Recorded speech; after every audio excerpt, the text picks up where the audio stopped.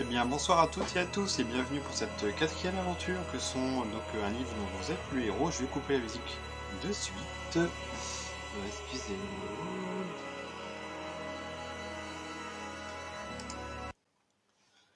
Donc bienvenue, comme je vous le disais, pour cette quatrième aventure donc d'un livre dont vous êtes le héros, donc de Steve Jackson cette fois-ci. La petite surprise, c'est que cette fois-ci, donc cette quatrième aventure donc s'intitule La Galaxie Tragique. La Galaxie Tragique, et pour le coup, c'est une totale découverte pour moi parce que je ne l'ai absolument jamais fait, absolument pas, jamais. Donc du coup, c'est une totale découverte et pour le coup, on va basculer tout de suite, hein, on va discuter en même temps. C'est parti. Voilà, donc La Galaxie Tragique, donc par Steve Jackson, et pour le coup, donc je vous dis, c'est une totale découverte parce que pour le coup, je ne l'ai jamais fait. Et également, là, ce qui va être très très intéressant, c'est que pour le coup, eh ben là, on va aborder un sujet qui est totalement différent des trois premiers. Parce qu'autant dans les trois premiers qu'on évoquait, on était plutôt sur un thème plutôt banal que fantastique, comme l'indique du coup la collection qui est toujours là, toujours les défis fantastiques, donc chez Folio Junior, pour ce qui est de la première édition, donc celle-ci. Et donc là, on est plus sur un thème de science-fiction, space opéra, d'après ce que j'imagine, hein, je ne connais pas en détail ce qu'est l'aventure, mais finalement ça change complètement, et ce qui fait plutôt du bien des trois premiers numéros où là on était plutôt sur donc du fantastique pur, hein, donc là, ça nous change complètement. Ça nous change complètement. Donc là, on va découvrir ensemble véritablement comment fonctionne cette nouvelle aventure. Donc c'est parti. Donc, La Galaxie Tragique par Steve Jackson. Évidemment, on continuera avec une même feuille d'aventure. Enfin, d'ailleurs, ce ne sera pas la même du tout, mais avec le même système, c'est ça que je veux dire, donc une feuille d'aventure, etc., etc. Mais on va découvrir tout ça ensemble. C'est facile, donc je vais tout lire en détail. La feuille d'aventure, donc, l'équipage. Donc, j'en connais pas plus que ça. Donc, préparez-vous pour votre mission. Vous êtes le commandant du vaisseau spatial Voyageur. Ce vaisseau constitue le plus beau fleuron de votre flotte astronautique. Voyageur, donc. Parmi tous vos astronefs, c'est celui dont les armes et le système de défense sont les plus avancés techniquement. Quant à son équipage, il n'en est pas moins, il n'en est pas de meilleur. Avant de commencer votre odyssée, il vous faudra déterminer vos forces et vos faiblesses en tant que commandant, mais également celles des membres de votre équipage. Par ailleurs, le voyage au sein du trou noir occasionnera quelques dommages aux armes et au système de défense du vaisseau. Pour évaluer vos points de départ, vous aurez besoin d'une paire de dés et d'un crayon. Vous reporterez les résultats obtenus sur la feuille d'aventure que vous trouverez sur les pages 12 et 13, mais avant d'écrire directement sur cette feuille d'aventure, songez qu'il serait préférable d'en établir des photocopies qui vous permettront par la suite de jouer à nouveau. Il est peu, il est peu probable, en effet, que vous découvriez dès votre premier voyage le chemin qui vous ramènera sur Terre. On verra bien. C'est bien. Bon, ça sera une aventure. À la différence des précédents livres de la série, vous ne trouverez pas dans cette introduction les règles de combat qu'il vous faudra observer pour faire face aux créatures et aux vaisseaux venus d'ailleurs. Ces règles qui déterminent les combats entre vaisseaux et les affrontements corps à corps ou au pistolet laser, le phaser donc, vous seront indiquées au cours de l'aventure. Donc ça change, je ne savais pas. Cela afin que vous puissiez au plus vite commencer à jouer. Très bien. Lorsque vous vous trouverez en situation de combattre, vous devrez vous reporter aux numéros sous lesquels sont détaillées les règles correspondant à chaque rencontre. Dans l'immédiat, il vous suffira de jeter les dés pour établir vos points de départ que vous noterez ensuite sur la feuille d'aventure. C'est parti. Donc votre vaisseau. Lancez un dé. Ajoutez 6 au chiffre obtenu. C'est parti.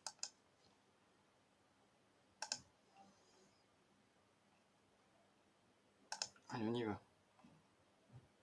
Qu'est-ce que c'est? Oula, attendez. Qu'est-ce qui se passe? Lancer 2 dés, 3 dés.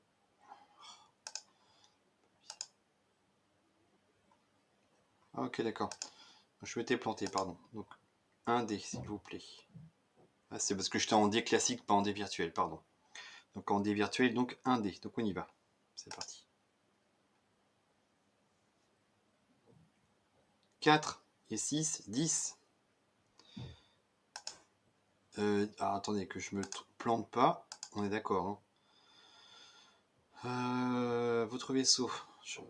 La case force de frappe. Donc 10. Force de frappe, 10. Ok, c'est parti. Faut pas que je fasse de bêtises. Hein. Faut mettre ça en rouge pour le départ. Et en gras. C'est possible. Bim. On va mettre ça là. Oh. Ok. 10 on a dit. Donc ensuite. Toutes les fois que vous tirerez sur un vaisseau ennemi, il vous faudra jeter les dés et obtenir un chiffre inférieur à ce total pour marquer un coup au but. D'accord. Ok. Lancez à nouveau un dé. Ajoutez 12 au chiffre obtenu. Ok. 1 dé et 12. C'est parti. 4 et 12, donc 16. Ok. Et donc là, faut mettre ça où? Notez le total dans la case bouclier de défense. Ok, bouclier de défense. Donc là, ça fait 16. Pareil, donc 10 et 16. C'est parti.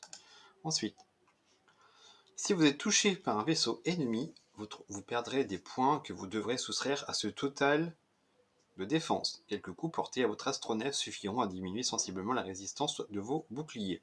S'il arrive et qu'il soit touché alors qu'il ne vous reste plus aucun point de défense, votre vaisseau sera instantanément détruit.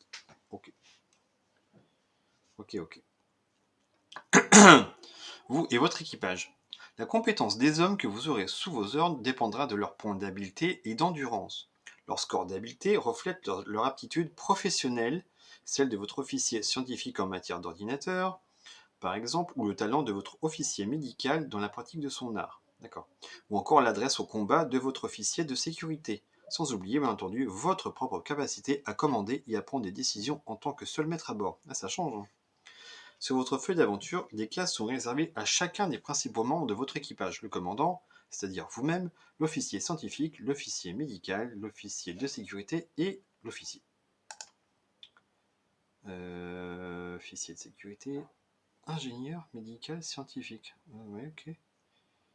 Agent de sécurité, ok, d'accord. Bon, ça marche. Vous voyez petit à petit, de toute façon. Ingénieur, voilà. Ainsi que vos 2 agents de sécurité. Ah, c'était coupé. Vous devrez évaluer leurs points de départ respectifs en procédant comme suit pour chacun d'entre eux. Ok. Donc jetez un dé, ajoutez 6 au chiffre obtenu et reportez le total dans la colonne habileté de la case correspondante. Jetez ensuite 2 dés, ajoutez 12, habileté et endurance. Ok, on va commencer par l'habileté pour chacun d'entre eux. On va commencer par du coup, moi, habileté. Donc, un dé, et donc je me plante pas, ajouter 6, comme au début. Hop. 4, toujours, voyons, je fais que des 4. 4 et 6, 10. J'espère que c'est pas bugué là. 10. Je vais laisser en rouge pour le départ. Hop. 10. Ensuite, pour l'officier scientifique.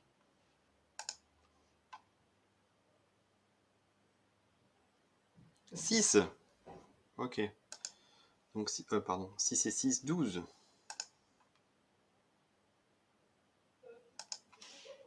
12. Est-ce que tu peux... Voilà. 12, ça marche. L'officier médical.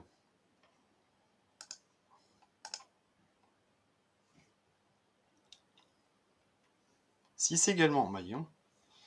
Ok, donc 12 également. Hop. Allez. Donc 10, 12, 12, ça marche. Hop. Ensuite, c'est qui? Officier... Oh, zut. Médical, officier, ingénieur.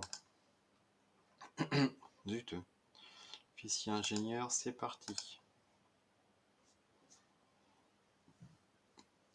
4. Bah, je suis abonné au 4 et au 6, moi.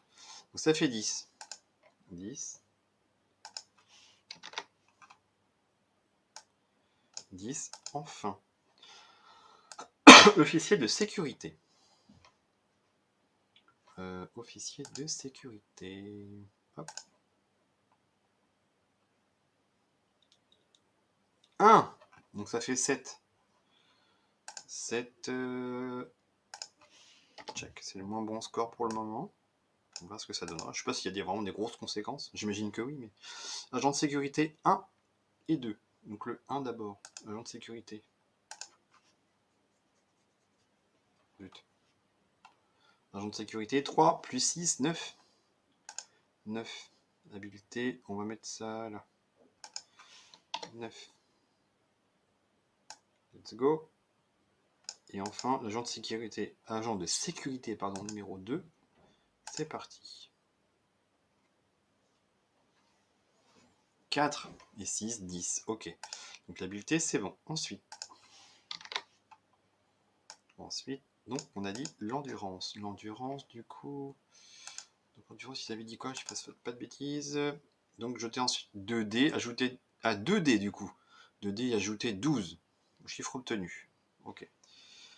C'est parti. Donc pour moi, donc 2D du coup. 2D et ajouter 12. 7 et 12, 19. Je bug un peu. 19, donc du coup 19, 19, 19, 19, donc ça 19 en endurance pour moi. Paf. 19. Hop. Ensuite, l'officier scientifique. Pareil.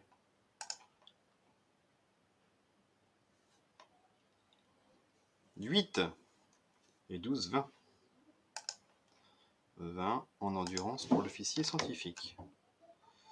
Ensuite, tac, l'officier médical. Officier médical, c'est parti. Officier médical, 4. Ok, et 12, 16. 16 pour l'officier médical. Hop. Tac, l'officier ingénieur. Officier ingénieur, c'est parti. 5 et 12, 17. Donc 17.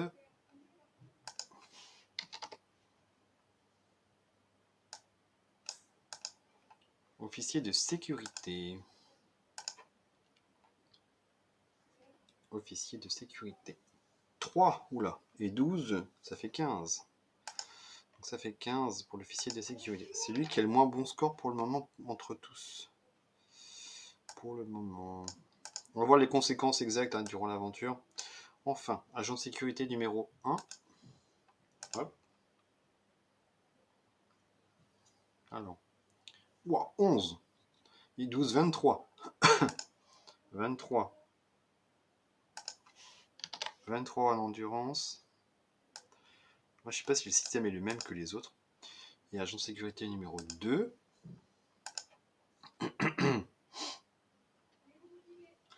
Ce qui fait 11 également. Ce qui fait du coup la même chose. Donc 23. Ok, donc ça marche. Ça, c'est fait. Ensuite. Bim. Ok, on est bon. Ensuite. Les combats. Plus les scores d'habileté sont... Quoi? Attendez. Une fois ces diverses opérations réalisées, vous aurez une idée précise de la valeur de chacun des membres de votre équipage. Plus les scores d'habileté sont élevés, mieux cela vaut. Ok, donc sachant qu'on avait quoi déjà? On avait... Ah ouais. 10 pour moi, 12, 12, 17, 9, 23. Ouais. Officiers médical ingénieurs sont les plus élevés. On va voir. Les combats. Seuls les responsables de la sécurité sont habilités à combattre. Ok. Alors ça, excusez-moi, mais je vais le noter. Parce que du coup... Attendez, excusez-moi, je prends un papier.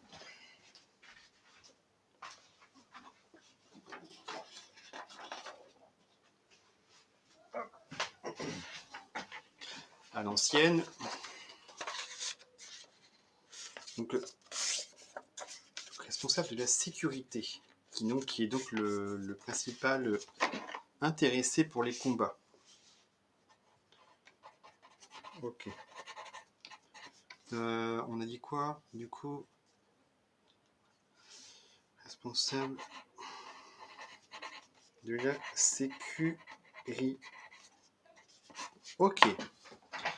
C'est sur eux qu'il vous faudra compter dans les affrontements au corps à corps ou au phaser. Ok. Donc au CAC ou au phaser. Ok. Les membres de votre équipage qui ne font pas partie de l'équipe de sécurité peuvent également combattre, mais c'est à d'autres tâches que leurs compétences les destinent. Si par choix ou par nécessité, vous souhaitez engager dans un combat un de vos hommes n'appartenant pas à l'équipe de sécurité, il vous faudra enlever moins 3 points à son total d'habileté. Ah ouais. Donc si autre personnage, moins 3 en habileté. D'entrée de jeu, ça calme. Hein. Tant que durera l'affrontement, cette règle s'applique à votre officier scientifique, donc médical, à votre officier ingénieur et à eux seuls. Ok. Ok. En tant que commandant du vaisseau, elle ne vous concerne pas vous-même, d'accord. Votre habileté au combat est en effet égale à votre compétence professionnelle, comme il convient à un véritable héros. Ok. Ok. Sécurité, ok. Ça marche. La chance. La chance joue un rôle également. Tout héros qui se respecte est à la merci des caprices de la destinée. Sur votre feuille d'aventure, une case est ainsi réservée à la chance. Oui, exact. Ok. Pour connaître le nombre de points auxquels vous avez droit dans ce domaine, jetez un dé et ajoutez 6 au chiffre obtenu. Ok. C'est un crotte. Pas du tout ce que je voulais faire. Donc 6. Donc là, on retourne sur un dé. Un dé et donc on ajoute 6. Voilà. 5 et 6, 11. Nous avons 11 en chance. On va mettre ça là tranquillou. Tranquillou. Et bim. Ok. On retourne. Quel que soit le nom qu'il vous plaira de lui donner, force du destin, volonté divine ou autre, la chance jouera un rôle important au cours de votre aventure. Ok. Débarquement sur les planètes. Lorsque vous arriverez sur une planète, vous aurez la possibilité de débarquer à sa surface grâce à un transmetteur de matière. Parfois, vous serez seul à le faire, mais le plus souvent, vous devrez emmener avec vous 2 ou 3 membres de votre équipage que vous aurez le droit de choisir dans la liste figurant sur votre feuille d'aventure. Dans certaines circonstances, il se peut que votre choix se trouve limité. Reportez-vous à ce sujet aux explications données sur la rubrique perte d'un officier. D'accord. D'une manière générale, votre officier scientifique saura résoudre les problèmes généraux relatifs à l'électronique, d'accord, évidemment, et à l'espace. Votre officier médical sera votre docteur, votre officier ingénieur exercera ses compétences dans le domaine de la mécanique et de la géologie. Quant à votre officier de sécurité et à ses 2 agents, ils interviendront lors des combats que vous aurez à livrer aux créatures du cosmos. Donc il y a aussi les agents de sécurité. Choisissez ceux qui vous accompagneront avant de débarquer sur la planète et rappelez-vous que seuls les hommes que vous aurez emmenés peuvent vous aider, à l'exclusion du reste de l'équipage qui, lui, ne quittera pas le vaisseau. Ah, trop bien. Ok. Comment rétablir son endurance? Sur certaines planètes, vous serez entraîné dans des combats ou des situations diverses qui vous feront perdre des points d'endurance. Vous disposerez alors de 2 moyens pour regagner ces points. D'une part, vous aurez parfois la possibilité d'atterrir sur des planètes où une technologie médicale avancée vous permettra de reconstituer votre endurance. Les détails vous seront donnés en cours d'aventure. D'autre part, vous pourrez également rendre 2 points d'endurance à chacun des membres de votre équipage toutes les fois que vous quitterez une planète. Ah, je le marque.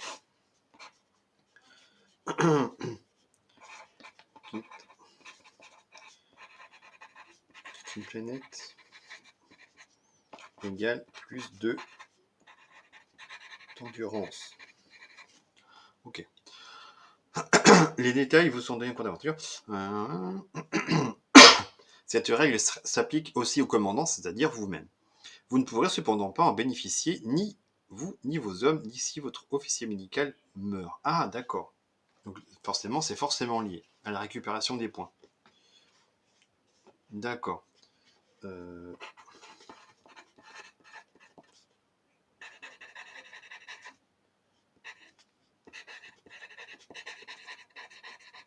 fais ça à l'ancienne. Hein. sur papier aussi pour me rappeler.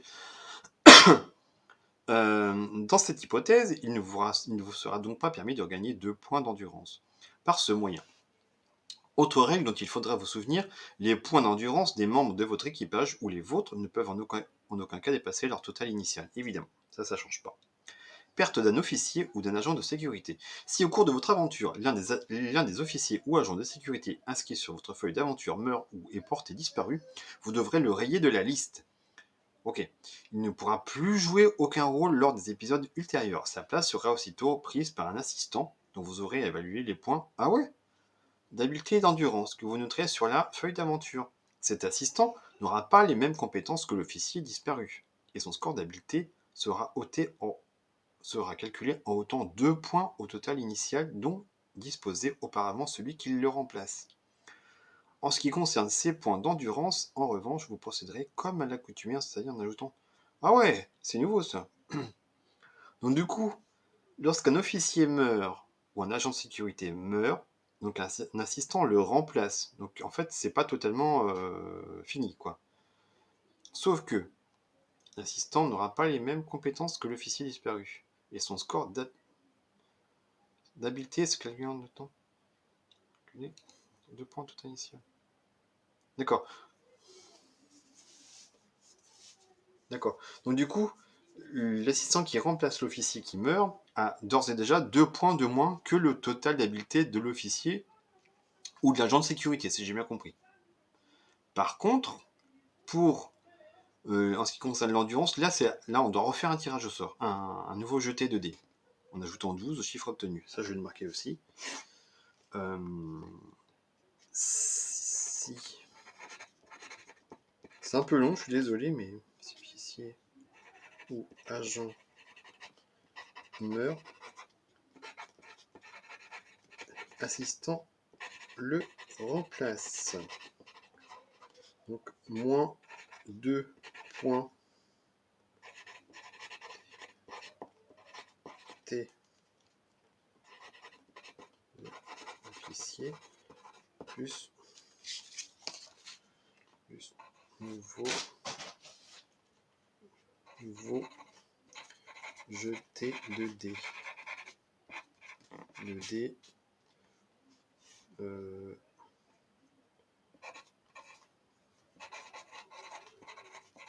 ajouter. Bon, je sais pas si je me rappelle tout ça. Ok. Cet assistant renouvellement promu n'aura pas le droit de débarquer sur les planètes et ne pourra pas faire partie des missions au cours desquelles vous devrez emmener des membres de votre équipage. Vous ne pouvez en effet prendre le risque de le perdre car il sera le seul désormais à posséder les compétences requises dans sa spécialité. Vous aurez toutefois la possibilité de l'utiliser pour les travaux de routine, c'est-à-dire lorsqu'aucun choix ne vous sera donné dans le texte, d'accord ? On l'imposera, voilà. Le remplaçant de l'officier médical peut restaurer l'endurance des membres de l'équipage. Ok.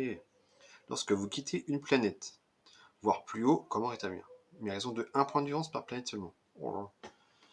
Donc, je remarque si remplacement officier médical, assistant, oui, assistant peut opérer plus 1 point rendu et non 2. Alors,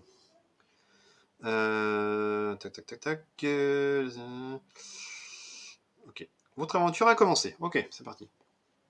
Les scores que vous aurez calculés et inscrits sur la feuille d'aventure vous donneront une vision d'ensemble des forces et des faiblesses de votre vaisseau, de votre équipage et de vous-même. Pour l'instant, vous n'avez pas besoin de savoir comment ces différents scores interviendront dans le jeu. Toutes les indications nécessaires vous seront données à mesure que votre aventure se déroulera. Dans cette odyssée qui commence, vous êtes le commandant du vaisseau donc voyageur qui s'est égaré dans un univers inconnu. Vos propres compétences, en tant que commandant détermineront vos chances et celles de votre équipage à revoir un jour la Terre. Dans l'immédiat, vous allez être projeté dans un trou noir au sein d'un espace inexploré. Votre seule chance de retour sera de découvrir un autre trou noir, mieux adapté à votre vaisseau, et dans lequel vous pourrez trouver le chemin de votre univers d'origine. Vous êtes prêt à partir désormais. Installez-vous dans votre siège devant les commandes du vaisseau et préparez-vous au long voyage. Et maintenant, tournez la page. Panique à bord. C'est parti. Ouais, ça change complètement. Ok. Allez, c'est parti. Allez. Ainsi, aux commandes du vaisseau voyageur, vous examinez avec inquiétude l'écran de l'indicateur de vitesse. L'équipe d'ingénierie vient de vous signaler une défectuosité du régulateur de puissance de vos moteurs transsidéraux qui maintient votre vaisseau à une vitesse de 10% supérieure à la normale. Vos instruments de mesure indiquent que la zone d'alerte n'est pas loin. Vous serez bientôt en surpuissance. Aussitôt, vous poussez le bouton qui vous met en communication avec l'ingénierie et vous demandez de plus amples informations. Les nouvelles n'ont rien de réjouissant. Personne ne parvient à découvrir l'origine de cette anomalie. Il faudra encore 13 minutes pour que le système de contrôle automatique fournisse une analyse complète. Votre vaisseau se dirige vers le vide de Célestian, un trou noir répertorié sur les cartes du cosmos. Vous avez la possibilité de l'éviter, mais votre officier scientifique vous soumet une autre idée. Si vous traversez l'immense champ gravitationnel du trou noir, sa force d'attraction devrait vous permettre de réduire votre vitesse à condition de vous éloigner vers une orbite extérieure. La manœuvre vaut la peine d'être tentée, mais vous aurez à faire preuve d'une extrême précision dans le maniement des commandes. Dès que vous êtes entré dans le champ gravitationnel de Célestian, vous mettez le cap sur tribord en gardant les yeux fixés sur l'indicateur de vitesse. À votre grand soulagement, la manœuvre semble fonctionner. L'excès de puissance de vos moteurs tombe de 10 à 5%, puis à 0. Vous enregistrez même une déperdition de 5% par rapport à la vitesse normale. Les acclamations enthousiastes des membres de l'équipage saluent votre prouesse, mais vous continuez à surveiller attentivement l'indicateur de vitesse qui montre à présent une perte de puissance de 15, puis de 25%. La déperdition s'accentue. Il faut alors vous rendre à l'évidence. Le vide de Célestienne est en train de vous engloutir. Vous appuyez sur le bouton rouge qui déclenche l'alerte générale et vous ordonnez à tous les hommes d'équipage de s'attacher à leur siège.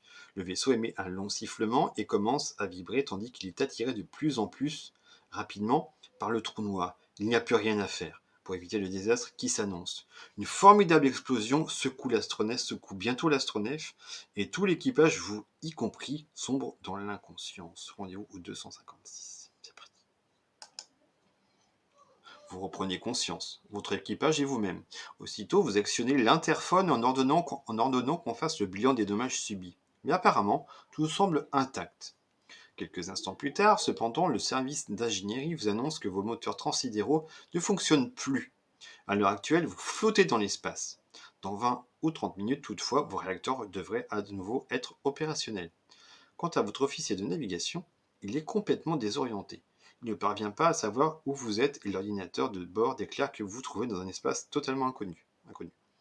Votre officier scientifique étudie la situation et d'après lui, il semble que le vaisseau ait traversé le trou noir puis franchi un seuil dimensionnel qui l'a conduit dans ce qui paraît être un univers parallèle. Comme prévu, vos réacteurs se remettent bientôt en marche et vos radars à longue portée vous signalent 3 systèmes de type solaire à quelque distance de vous. 2 d'entre eux devraient comporter des planètes habitées par des êtres intelligents. Qu'allez-vous faire?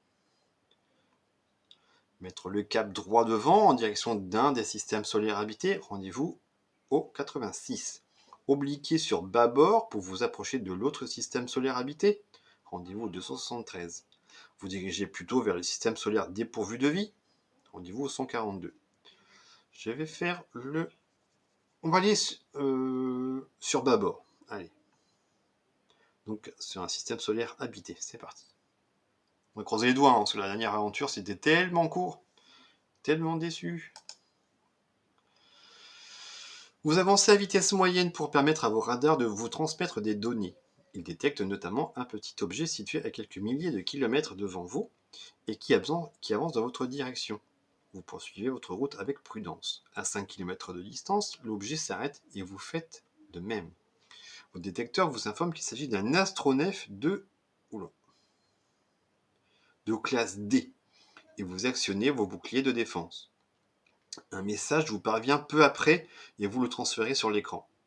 Le visage d'un être reptilien, vêtu d'un uniforme indiquant un rang élevé, apparaît aussitôt sur l'écran et votre machine à traduire vous transmet alors ce message. Je suis le commandant Mactel de la Confédération impériale du Ganzig. Vous êtes un vaisseau non immatriculé et vous avez franchi les limites de l'autorité impériale. Identifiez-vous et exprimez clairement vos intentions. Qu'allez-vous répondre? Souhaitez-vous que vous identifiez comme il vous le demande? Voulez-vous diriger vos radars sur la Confédération du Ganzig pour réunir des données à son sujet?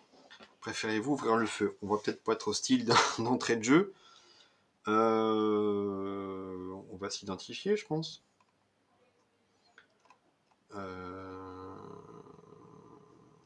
Qui s'est présenté comment, du coup? Commandant Mactel.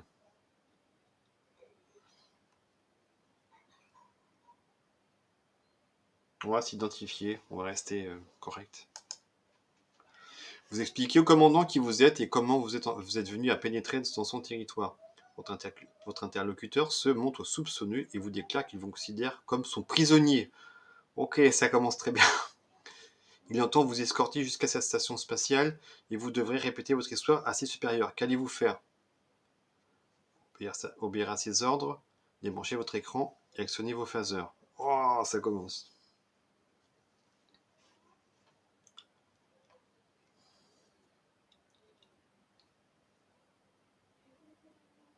Oh, quand même pas commencer déjà.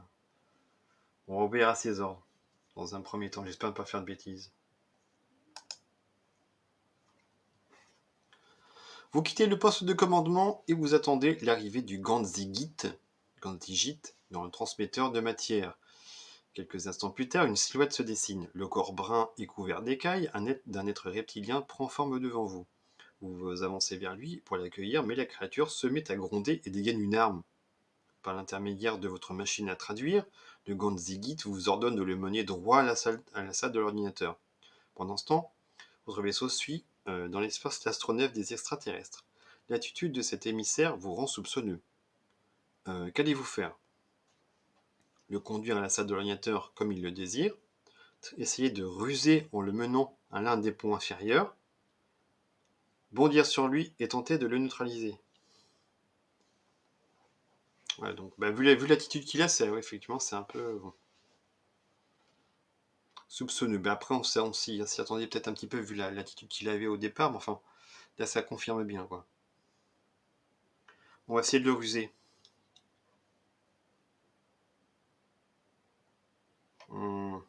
Pourquoi est-ce qu'il veut?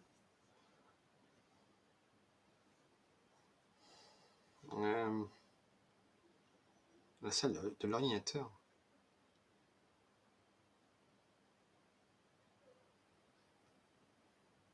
Oh, alors on l'emmène à la salle de l'ordinateur?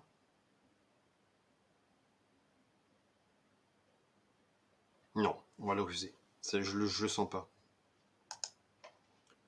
Vous engagez la conversation avec le Ganzigit et vous lui faites visiter votre vaisseau en essayant de gagner du temps. Vous lui montrez les chambres de stockage, les salles de loisirs et les laboratoires scientifiques. Dans le laboratoire d'études des comportements d'animaux, Dans le laboratoire d'études des comportements animaux dans l'espace, l'extraterrestre pousse un cri perçant en voyant un aigle attaché à son perchoir. Vous en déduisez que le monde des Ganzigit, les créatures de cette espèce, sont de redoutables ennemis. D'accord. Qu'allez-vous faire? Ignorer l'incident et poursuivre la visite en passant dans la salle de l'ordinateur, lâcher l'aigle, mettre à profit cet instant de trouble pour capturer l'extraterrestre. Ok. Ignorer, non. Je pense qu'on va pas ignorer l'incident, parce qu'ici il s'est passé quelque chose. Lâcher l'aigle. Lâcher l'aigle.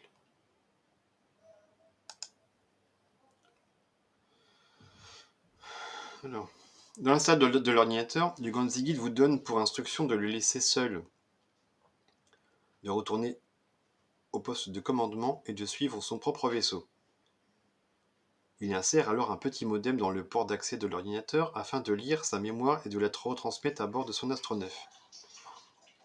Dorénavant, vous vous trouverez désavantagé chaque fois que vous rencontrerez des Ganzigit, car à présent ils connaissent vos armes et votre système de défense. Dès lors, s'il vous arrive d'avoir à combattre des représentants de ce peuple, il vous faudra déduire 2 points du total inscrit dans les...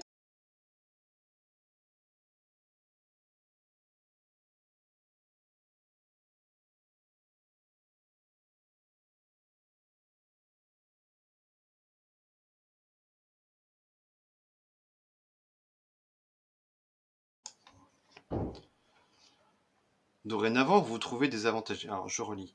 Il insère alors un petit modem dans le port d'accès de l'ordinateur afin de lire sa mémoire et de la retransmettre à bord de son astronef. Dorénavant, vous vous trouverez désavantagé chaque fois que vous rencontrerez des Gandhigit, car à présent, ils connaissent vos armes et votre système de défense. Ok. Dès lors, s'il vous arrive d'avoir à combattre des représentants de ce peuple, il vous faudra déduire 2 points du total inscrit.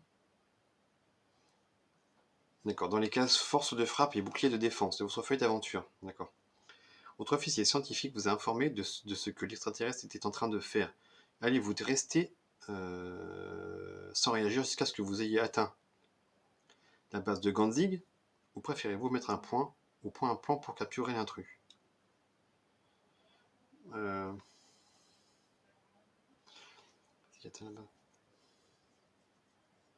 Non. Non, je pense que là ça va un petit peu trop loin du coup là, donc on va mettre au point un plan.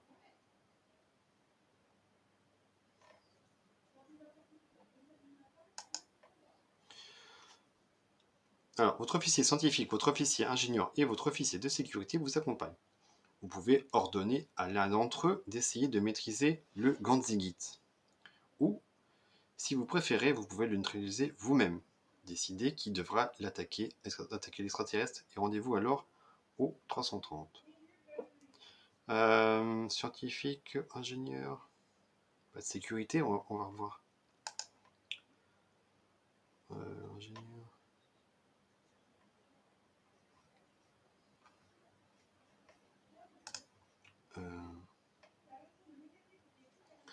On va faire l'officier ou moi-même. Ouais, 10 et 19. Ok. Officier scientifique, allez. Officier scientifique. La sécurité, c'est quoi? Ouais, scientifique, allez. Ou sécurité, peut-être. Ouais. Le Ganzigit a une réaction immédiate et appuie sur un bouton à sa ceinture. L'homme que vous avez choisi bondit sur lui, mais il est aussitôt projeté en arrière, contre le mur, par un champ de force invisible que l'extraterrestre vient de créer autour de lui. Il lui faut à présent déduire 1 point du total d'habileté de l'homme qui a été ainsi repoussé, et 2 points de son total d'endurance. L'extraterrestre vous avertit qu'il serait idiot de réitérer une tentative de ce genre, et il exige que vous le conduisiez au poste de commandement, tandis que vous suivrez son astronef vers la station spatiale des Ganzigit. Vous êtes obligé de lui obéir à contre-cœur. Et crotte. Du coup, on avait dit le scientifique de mémoire. Scientifique. Ça fait 11 et... non. Il y avait dit quoi 1 et 2 points, ok. Donc ça fait 11 et 18.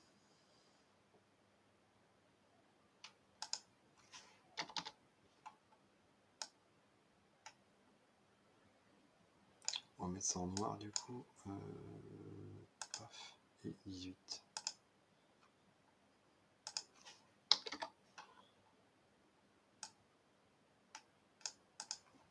Ok. Après plusieurs heures de voyage à vitesse moyenne, vous atteignez la station spatiale des Ganzigit. C'est une immense structure en forme d'anneau qui tourne lentement sur elle-même. On vous donne pour instruction de vous placer en orbite et de débarquer par le transmetteur de matière pour rencontrer le haut commandant impérial. Cette rencontre se révèle bénéfique. Le commandant se rend compte que vous êtes bel et bien perdu dans l'espace et qu'il est dans son intérêt pour sa propre sécurité que vous retrouviez le chemin de votre univers. Vous n'y parviendrez cependant qu'en traversant une courbure de l'espace produite par un trou noir. L'essentiel sera de découvrir le bon endroit et le moment exact où le transfert sera possible. Il ne peut vous donner aucune autre information de quelque utilité. Mais il est persuadé que sur d'autres planètes, on pourra vous aider.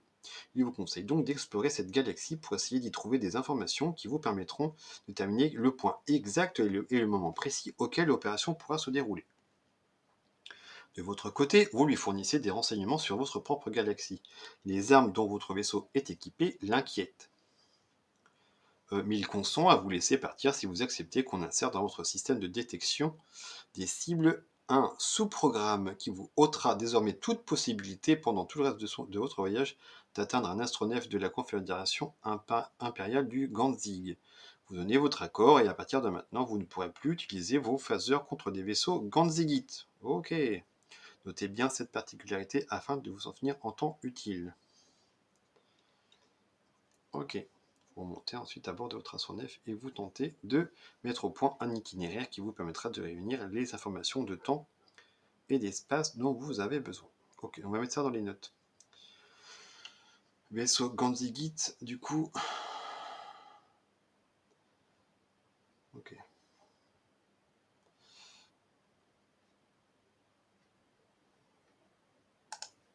On va mettre vaisseau Ganzigit.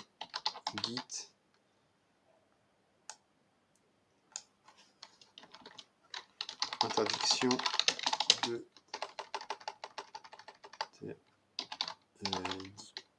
interdiction de s'approcher.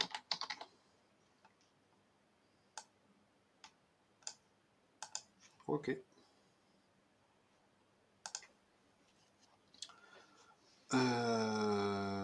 16. Vous explorez l'espace qui s'étend devant vous à l'aide de vos radars à longue portée. À l'extrémité de votre rayon radar, sur bâbord, se trouve une petite étoile au centre d'un système orbital. Vous pouvez mettre le cap dans cette direction, rendez-vous 180, ou sinon vous avez la possibilité de passer en vitesse transsidérale pour foncer dans l'espace. On va aller voir la petite étoile. On est curieux. Lorsque vous arrivez à proximité de la petite étoile, vos radars détectent deux planètes qui gravitent autour d'elle.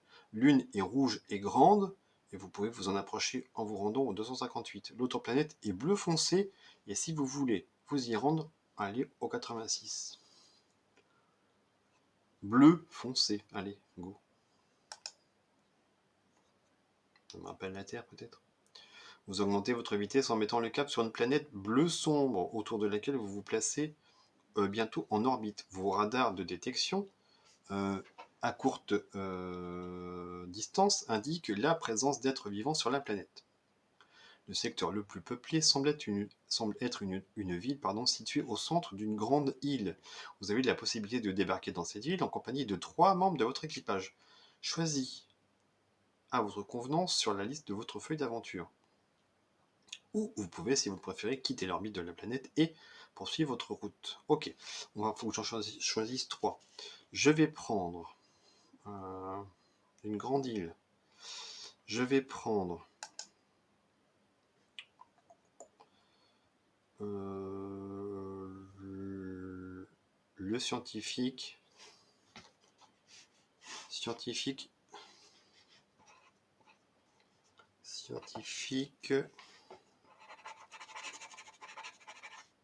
le médical, doc et la sécurité. Let's go.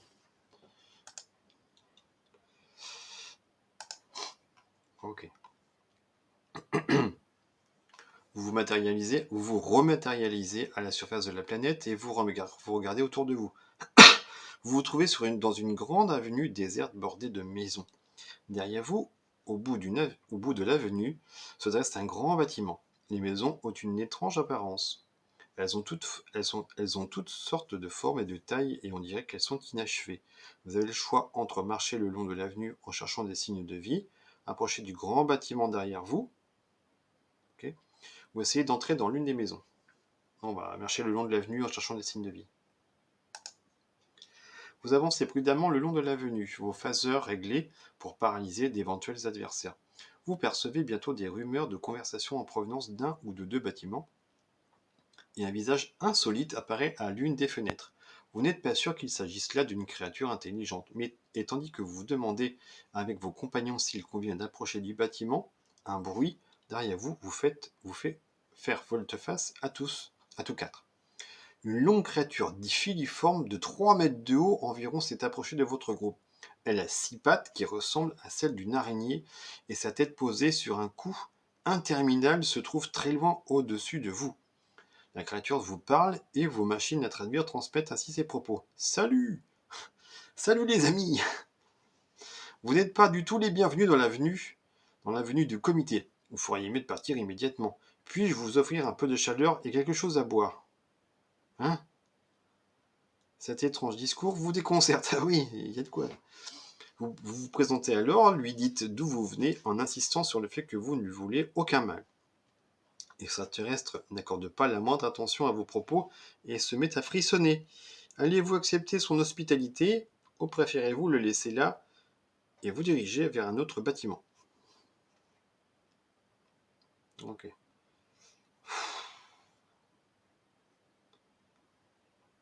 Non, on va se diriger vers un autre bâtiment. Je le sens pas. Vous arrivez devant un bâtiment de forme insolite, aux murs arrondis. D'étranges pointes, apparemment sans utilité, hérissent la façade. La porte est ouverte et vous pénétrez à l'intérieur avec prudence. Vous apercevez alors une silhouette massive écroulée sur une table et visiblement endormie. Votre entrée dérange la créature qui relève la tête, vous voit et bondit aussitôt sur son pied. Car cette tête n'a pas de jambes, mais un membre unique semblable à une souche d'arme. La créature se met à vociférer, mais votre machine à traduire ne parvient pas à vous transmettre le sens de ses propos. Qu'allez-vous faire? Levez les mains pour lui montrer que vous ne lui voulez aucun mal. Dégainez votre phaser et tirez. Non, je lève les mains. La créature se met debout. Apparemment, elle est surprise d'avoir été réveillée par des étrangers. Et s'il est à voir, par surcroît, elle vous explique qu'elle est un timol. Elle semble tout à fait amicale, sautillant autour de la pièce et vous offrant nourriture et boissons que vous refusez poliment. Cette planète est une planète d'accueil, peuplée de toutes sortes d'extraterrestres, principalement des créatures qui ne supportaient pas la vie sur leur propre planète ou d'autres à l'esprit particulièrement aventureux. Cette planète-ci est tout à fait plaisante. Le climat y est agréable et en quelque temps, cette terre promise a acquis une réputation dans toute la galaxie, attirant de nombreux pionniers qui viennent y trouver liberté et justice. L'ennui, c'est que personne n'a le droit d'y occuper une position de responsabilité car tous ses habitants sont par principe parfaitement égaux. Au bout de plusieurs années, cette situation a abouti à un véritable chaos, à tel point que ses habitants n'ont même pas réussi à se mettre d'accord sur le nom qu'il conviendrait de donner à leur planète. Vous racontez vos propres ennuis au Timol, votre longue errance dans un univers parallèle au vôtre. La créature ne connaît pas grand-chose à l'astronomie, ni au voyage interstellaire, mais elle vous conseille de mettre le cap sur la planète Culmateur, où règne une civilisation très avancée. Vous remerciez la créature pour sa suggestion et vous prenez congé. À présent, vous avez le choix entre vous rendre dans le bâtiment principal au bout de l'avenue ou remonter à le bord de votre vaisseau et poursuivre votre voyage. Ok. Euh, on peut jeter un œil sur le bâtiment peut-être. Ok. Des marches mènent à l'entrée du bâtiment. Une inscription sur la porte indique qu'il doit s'agir d'un édifice important. Vous frappez au panneau, mais personne ne vient vous ouvrir. Vous entendez cependant les rumeurs d'une conversation très animée qui a lieu à l'intérieur. Vous tournez la poignée de la porte, qui s'ouvre aussitôt, et vous pénétrez dans un grand hall. Toutes sortes d'extraterrestres de formes et de tailles diverses traversent le couloir qui s'étend devant vous, et vont de salle en salle en se disputant avec vigueur. Une étrange créature, vêtue d'une longue robe bleue d'aspect minable, vous remarque bientôt et vient vers vous, entraînant les pieds. Vous ne parvenez pas à distinguer les traits de son visage, mais ses yeux vous lancent des éclairs bleus. Elle parle et votre machine à traduire vous transmet ses propos. Je suis sûr que vous devez avoir une opinion tout à fait intéressante de la créature. Où pensez-vous qu'il faut bâtir le centre médical? Vous répondez que vous devenez tout juste de débarquer et que vous souhaiteriez parler à quelqu'un qui ait quelque autorité sur cette planète. Ah non, c'est bête. L'extraterrestre éclate de rire. Mais personne n'a aucune autorité ici, cher ami, dit-il. Nous sommes tous égaux, mais venez donc avec moi, je vais vous faire visiter les lieux. Il vous propose alors de vous emmener. Dans la grande salle de réunion, rendez-vous au 161. Faire un tour dans l'ensemble du bâtiment. Bon, l'ensemble du bâtiment, hein. Une réunion. Non, je pense qu'il va. Non. L'ensemble du bâtiment. Votre guide s'appelle Fioral. Il vous conduit de salle en salle. Il vous explique les us et coutumes qui règnent sur sa planète, en vous précisant que les dieux ici ont pour nom liberté et égalité. La vie chez nous est très agréable, poursuit la créature, et tous les émigrés sont les bienvenus d'où qu'ils viennent. Tous les citoyens sont parfaitement égaux entre eux, qu'ils soient nés ici ou qu'ils s'y soient installés récemment. De plus, chacun fait ce qu'il veut sur notre planète et nous n'avons pas besoin de loi. Votre guide vous fait visiter les salles d'archives, le service de l'urbanisme et les salons de réception. Tandis que vous reveniez vers la chambre des débats, vous passez devant une salle des gardes et vous vous demandez comment il se fait qu'on ait besoin de gardes sur une planète où les rois n'existent pas. Fioral s'arrête et vous explique de quoi il retourne. Ces gardes ne gardent rien, dit-il, car il n'y a rien à garder. Il se trouve simplement que certains membres de notre communauté éprouvent du plaisir à s'attaquer aux autres. Et bien entendu, ils sont libres de faire ce qu'ils veulent. Pour que, mais pour que le reste de la population sache à quoi s'en tenir, ces citoyens agressifs sont vêtus d'uniformes et on les appelle les gardes.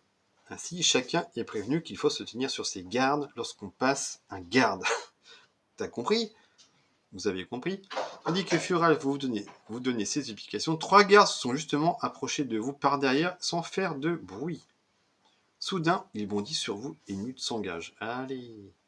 Votre guide, lui, se tient à l'écart. Premier garde, deuxième garde, troisième garde. Reportez-vous au 342 pour les règles du combat corps à corps, mais rappelez-vous bien la référence de ce paragraphe pour pouvoir y revenir ensuite. Si vous sortez du vainqueur, ok. Paragraphe combien du coup? 103. Let's go. Du coup, c'est parti. Important. Notez la référence du paragraphe d'où vous venez avant de poursuivre la lecture. Vous en aurez besoin pour pouvoir y revenir ensuite. Les combats au corps à corps se déroulent comme suit. 1. Le combat est simultané. À chaque affrontement sans phaser, les deux adversaires s'élancent l'un contre l'autre. D'accord. Et l'un d'eux inflige des coups à l'autre. Dans les explications qui suivent, le terme extraterrestre désigne toute créature contre laquelle vous aurez à combattre. D'accord. Vous-même ou vos hommes d'équipage. Le terme vous s'applique soit à vous personnellement, si vous vous battez avec l'extraterrestre, soit à n'importe lequel de vos hommes qui aura reçu de vous l'ordre de se battre. D'accord. Lancer 2 dés. D'accord. Alors comment ça se traduit ça du coup? Vaisseau, note, chance. Ok, donc on va... Ah, ça se déroule différemment du coup, ça marche. Ah mais du coup, alors attendez, parce que du coup... Il faut que je note, moi du coup, parce que... Attendez, il faut que je note l'habileté et l'endurance de... Attendez, on était à 103 je crois. 103. Ok. Alors, faut que je note du coup. Deuxième garde, troisième garde. Donc lui, il a 8 et 10. 8, 10, 7, 9 et 7, 10. Ok. Donc du coup, on retourne là-bas, nos 342. Bim, bim, bim, bim. 342, 8. 342, 342, 342, 342. Là. Lancer 2 dés. Ajoutez au chiffre obtenu le score d'habileté de l'extraterrestre. Ok.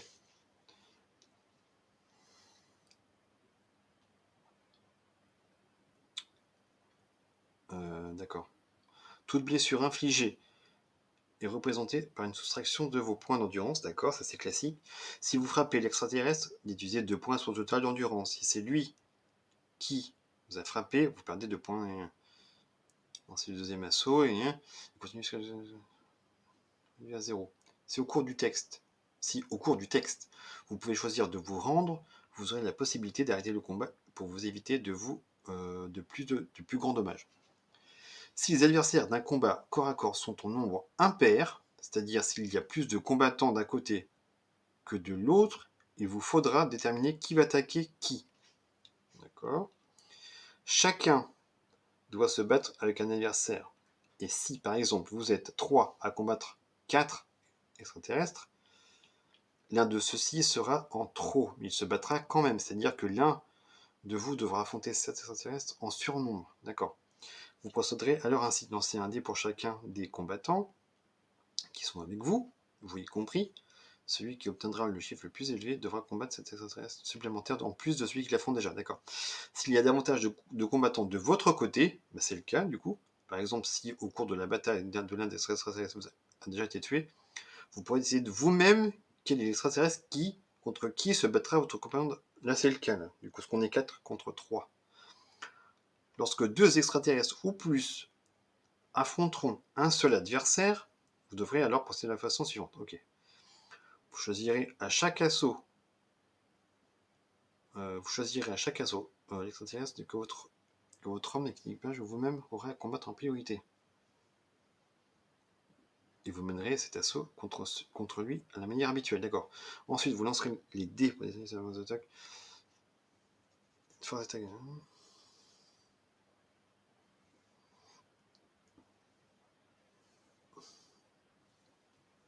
Attendez. Si vous relancez. Non. D'accord. Et vous menez cet assaut contre lui à la manière habituelle. Ensuite, vous relancerez les dés pour déterminer la force d'attaque de l'extraterrestre supplémentaire. Si cette force d'attaque est supérieure à la vôtre, ou à celle de l'homme d'équipage impliqué dans le combat, vous aurez reçu une blessure normale. Si, en revanche, la force d'attaque de l'extraterrestre en surnombre est inférieure à la vôtre, cela ne voudra pas dire que vous l'aurez blessé, mais que vous aurez simplement esquivé son coup. Il ne perdra donc aucun point d'endurance. Lorsque l'un des adversaires aura été tué, le combat se poursuivra avec l'autre selon... Oh,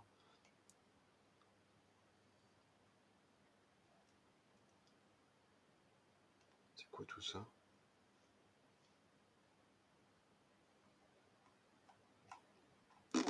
Ok, d'accord. Donc, du coup, là c'est le cas parce qu'on est 4 contre 3. J'avais dit le scientifique, le doc et la sécurité.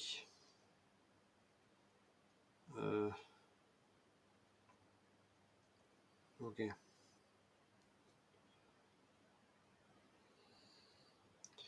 8, 10, ok. Ok. D'accord.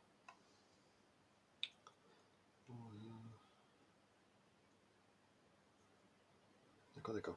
Donc 103, on remonte là-haut. 103, 103, 103, 103. 103. Premier garde, ok. Premier garde, on va faire ça petit à petit. Donc on va faire ça comme ça. Bon, ça va être le scientifique contre le premier garde d'abord.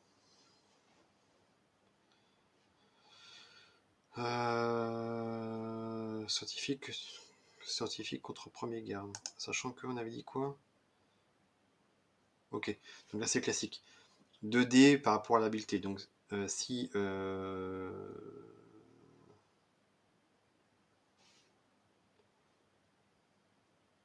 D'accord. D'accord. Donc les dés. 2D. Donc d'abord l'extraterrestre. Donc du coup, il a 10. Il a 10. Non, pardon. On a dit 2D, pas 1, c'est 2. Hop, 2D. 8, ce qui fait 18. 18, il a combien d'autres scientifiques? 18, il a 18 également. Ok, donc c'est bon du coup. Non, pas du tout. Pas du tout. Il a 8, c'est l'habileté, pas l'endurance, pardon. 8, il a fait combien? 8, il a fait... 8 et 8, 16, d'accord. Donc 16. 16, et donc notre scientifique, du coup... 6, sachant qu'il a Si c'est 11, 17. Du coup, il perd. Donc là, il a 16. Donc il perd 2 points. Bim. Il perd 2 points. Tac. On continue. Let's go. Tac. Le garde. 7 et 8, 15. 7 et 8, 15.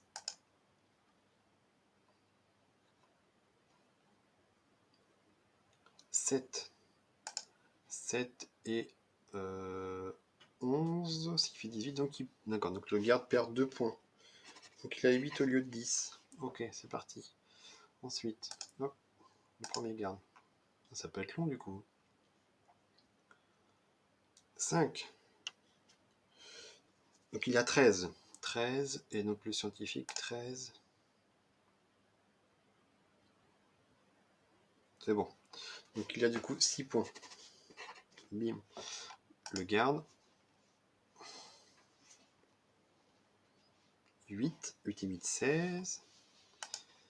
C'est les dés. Il a combien déjà le scientifique? 11. Oui. 7. 7 et 11. Donc c'est bon. Donc il a 4 points d'endurance maintenant. On recommence. 2 dés. 8, donc 16 toujours. Plus scientifique. 8. Donc c'est bon.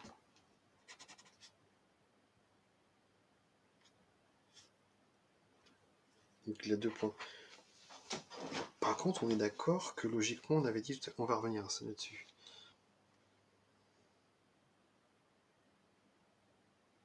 Donc ça va pas changer du coup. Non, on est d'accord que du coup là-dessus, logiquement, on avait que tout ce qui était sécurité et moi, on jouait normalement. Mais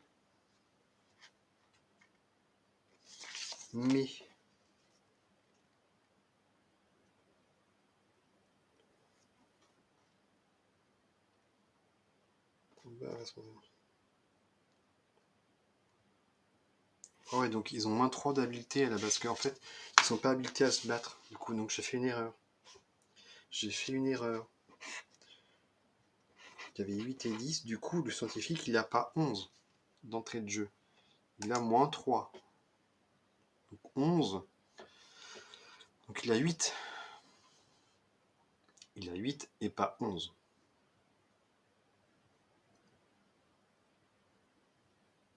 Donc on va recommencer, ça va pas. On va recommencer, je suis désolé. Hop. Donc il avait 18 et 11. Donc du coup, il n'a pas 11 mais 3. Je vais me le noter là pour l'enlever du coup. 3. Et donc on avait dit le médical également. Le médical, donc il a moins 3, donc 11, 10, donc il a 9. 9 au lieu de 12. Et on recommence du coup.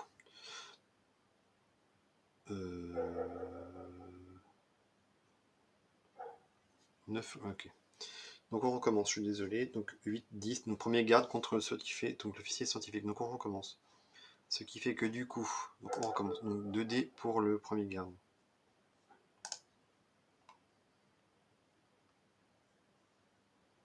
Donc 5. Donc il a 13. Et les scientifiques. Et 4. 4 plus... non, je fais n'importe quoi là. Donc il avait 11. Il a 8, pas... Qu'est-ce que j'ai fait? Non, il a 8, pas 3. Pourquoi j'ai mis 3? 8. 8. Et donc là, du coup, donc 8 et 4. Donc il a 12. Donc du coup, le scientifique perd 2 points. Comme tout à l'heure. Donc il a 16 points. 16 points, on recommence. Du coup.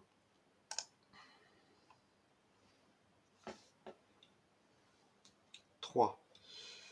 9, 10, 11. 11. Et donc le scientifique, qui a 8, à 3. Eh bien, 3.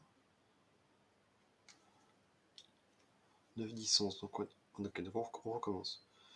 Je mélange un peu les pinceaux là. Donc ils sont 8 tous les deux du coup. Oui, c'est ça. Ok. Hop, donc on recommence. 11. Donc ça fait 19.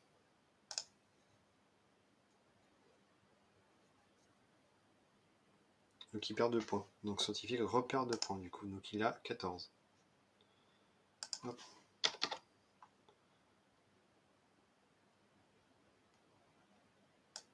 14.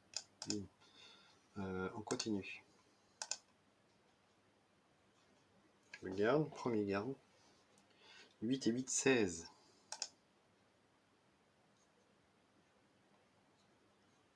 8 et 8, 16. On recommence. 3, 9, 10, 11.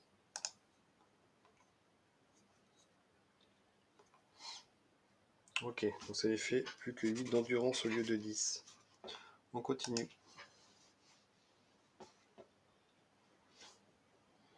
9, ce qui fait du coup 17. Scientifique.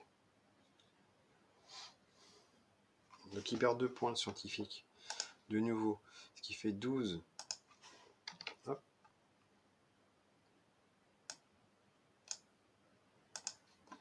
Ok. Hop, c'est reparti. 8, donc 16. Scientifique. 7. Donc il perd encore 2 points. Donc il a 10. Hop.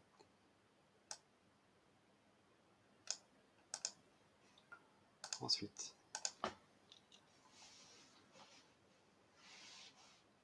4. 9, 10, 11, 12. 12. Et 4. 9, 10, 11, 12. On recommence.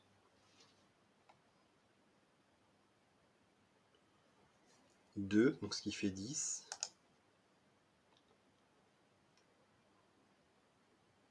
Ok, donc il perd 2 points, ce qui fait 6. En endurance pour le premier garde. 10, qui fait 18.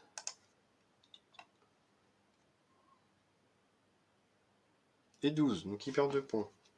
Plus que 4 d'endurance pour le premier garde.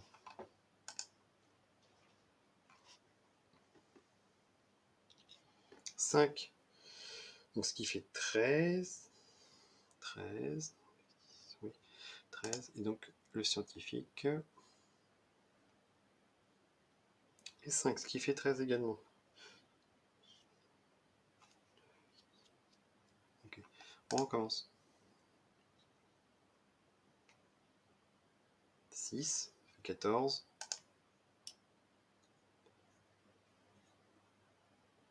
Et 8, ce qui fait 16. Donc il perd encore 2 points. Donc il a plus que 2 points d'endurance au premier garde. Peut-être le dernier assaut. Et 5. D'accord. Donc il fait 13. Le scientifique. 5, ce qui fait 13 également. Ok, on recommence. 2, qui fait 10.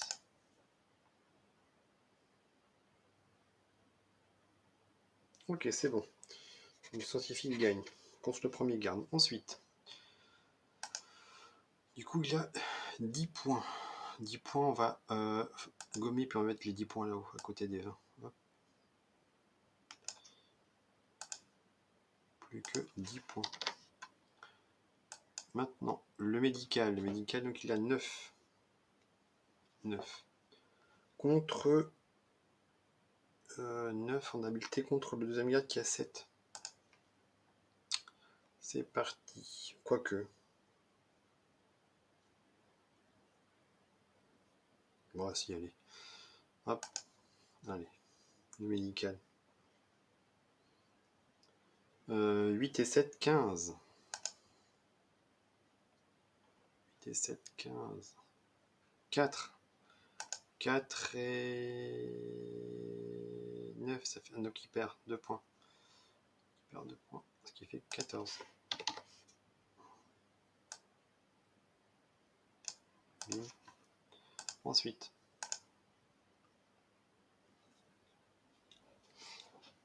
« 10, il fait 17. 17. Et 5. 5, donc non, c'est cuit. Donc il a 12.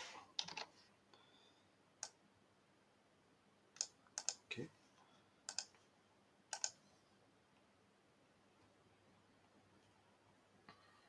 9, ce qui fait 16.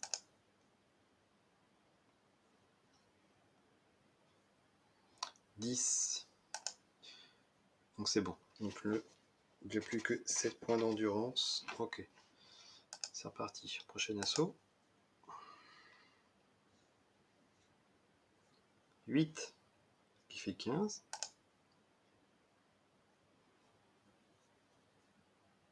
Ok, c'est bon. Donc ça fait plus que 5 points d'endurance. Ça marche. Prochain assaut. 11. Oula. 11 qui fait 18. Il reste au moins 9. Oh, c'est bon. 10 plus 19. Donc c'est bon. Donc du coup, donc, il perd encore de nouveau 2 points. Qui fait 3. Prochain assaut.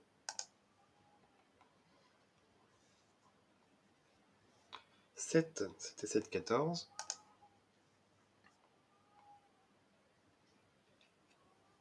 C'était 7, 14. Et 6. 6, c'est combien? 6, c'est 9, 15. Donc c'est bon. Ok. Donc, plus qu'un point d'endurance pour le deuxième garde. Peut-être le dernier assaut.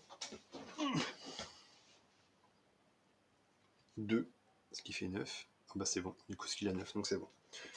Ok. Donc là, on n'est plus que 2 contre 1. Donc on avait dit quoi? Alors,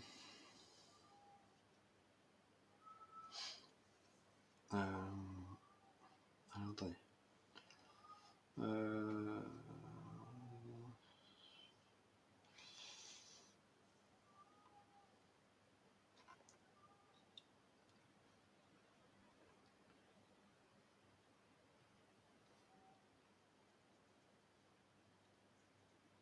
D'accord, donc la règle est normale. C'est pour le supplémentaire ou c'est différent? Ok. Donc on joue normalement. Ok, donc c'est pareil. C'est juste pour le supplémentaire où c'est différent du coup. Donc du coup là on est sur du 7. 7 en habileté et 10 en endurance pour le troisième. Et mon agent de sécurité là, il est en... Mon officier plutôt. Mon officier de sécurité il a 7 en habileté et 15 en endurance. C'est parti. Du coup.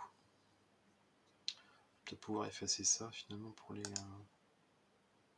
Hop, ça je l'enlève. Et ça je l'enlève. Donc on a dit quoi? On a dit... de sécurité, pardon. 7 et 15. 7 et 15. 7 et 15. Et on a dit du coup... 7 et 10. Donc c'est parti.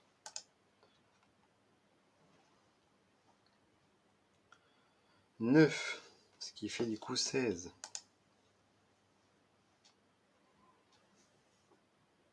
Et 3, d'accord. Donc là du coup il perd 2 points. Parce qu'il y a 7 également. Ce qui fait 13.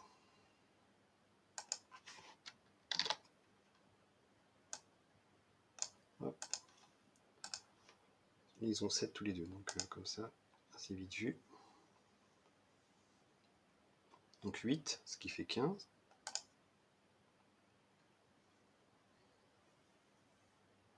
Et 6. Donc là il repère 2 points.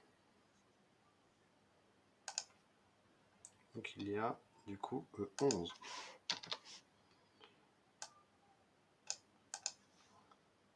Hop.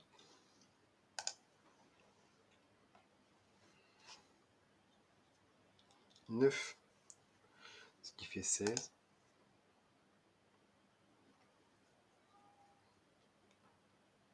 Et 8, donc il perd de nouveau 2 points. Ouais, il est mal barré là. Donc 9. Hop, ensuite. Ensuite, prochain assaut. 6, ce qui fait 13.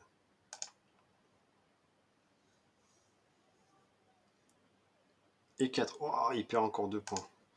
Donc, ce qui fait du coup 7. Mal barré là. Suffisant de sécurité. Hop. Prochain assaut.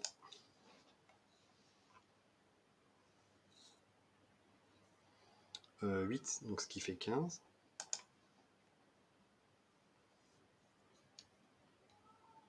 Et 8, ce qui fait 15. On relance. 7, donc 14.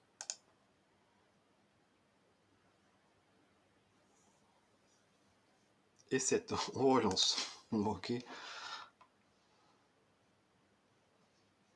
Donc 6, qui fait 13 du coup.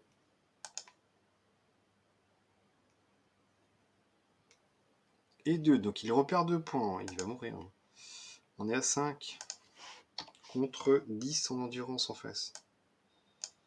Hop. On relance.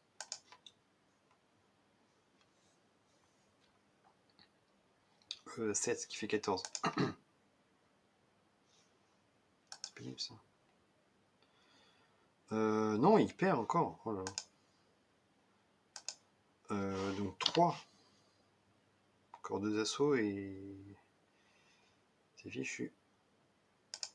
Ok.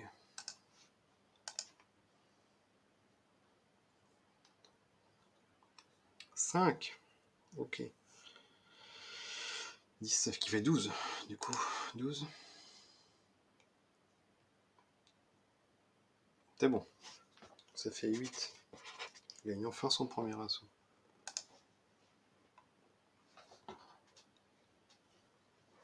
8, qui fait 15.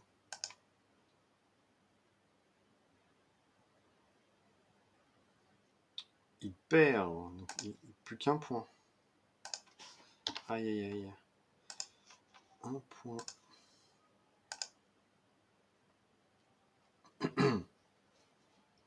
« 10, oh là là, 17. C'est fichu, je pense, pour lui. Ouf, 6 points, il gagne l'assaut.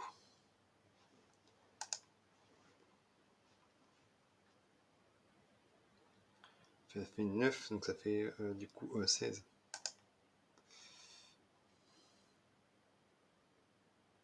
9, oh là là. On relance. 8, ce qui fait 15.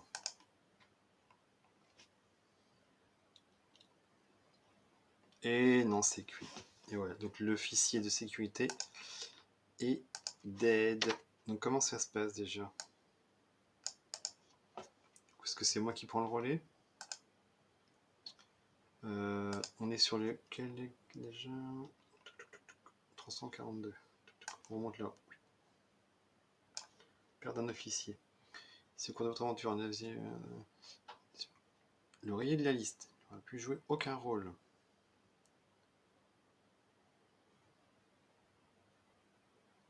Assistant n'a pas les mêmes compétences que lui.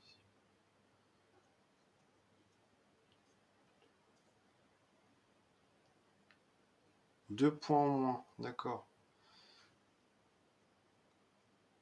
Ok. Donc du coup, lui, il n'existe plus. C'est cuit. Donc on peut enlever tout ça. Sauf ça. Donc du coup, il n'y a que 5 points. 5 points. Et on relance les 2 dés pour l'endurance. Aïe aïe aïe.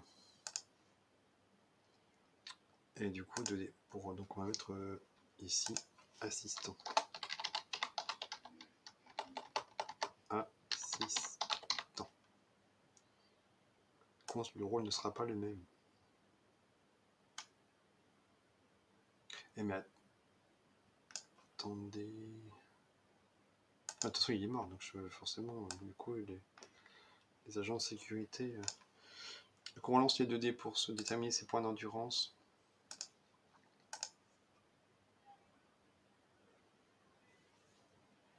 « 10.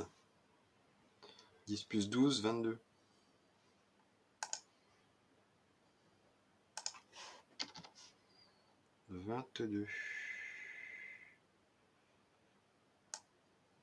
Hop. Ok. Du coup. Donc cet assistant nouvellement promu n'aura pas le droit de débarquer sur les planètes et ne pourra pas faire partie des missions au cours desquelles vous devrez emmener des membres de votre équipage. Vous ne pouvez en effet prendre le risque de le perdre car il sera le seul désormais à posséder les compétences requises dans sa spécialité. Vous aurez toutefois la possibilité de l'utiliser pour les travaux de routine. D'accord.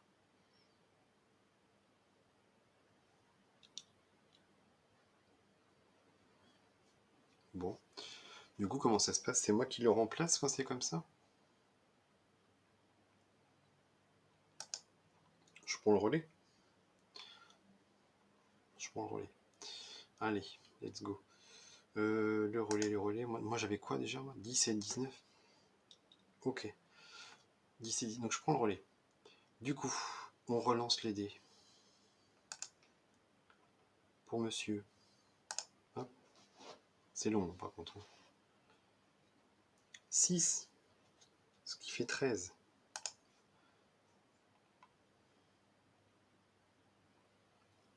8 et moi 18. Oui, 18. Donc il perd 2 points. Donc il a 4 points. Ça marche. Hop, on relance.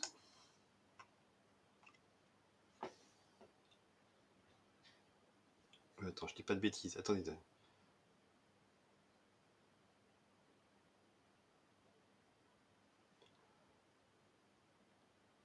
Attendez. Je suis 342.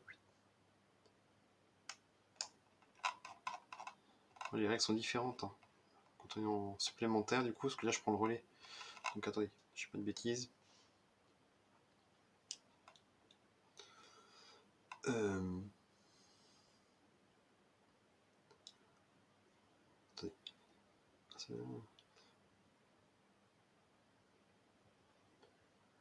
Ensuite, il faut lancer les dés, poser la force d'attaque de l'état supplémentaire. Force d'attaque.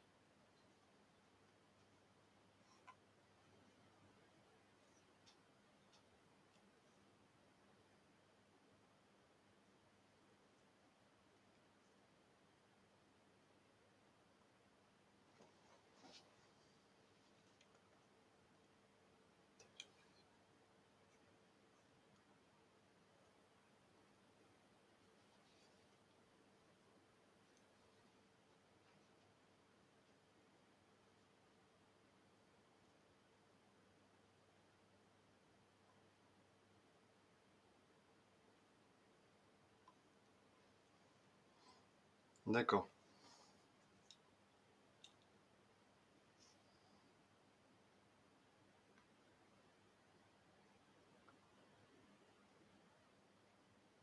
Ok.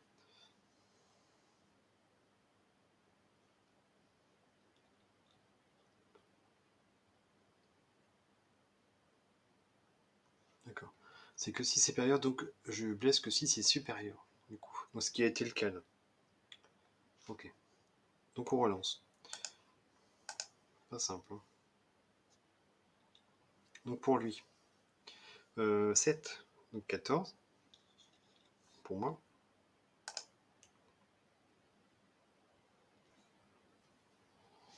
4. 4 et combien déjà? 4. Ben on relance, du coup ça fait 14. Donc on relance.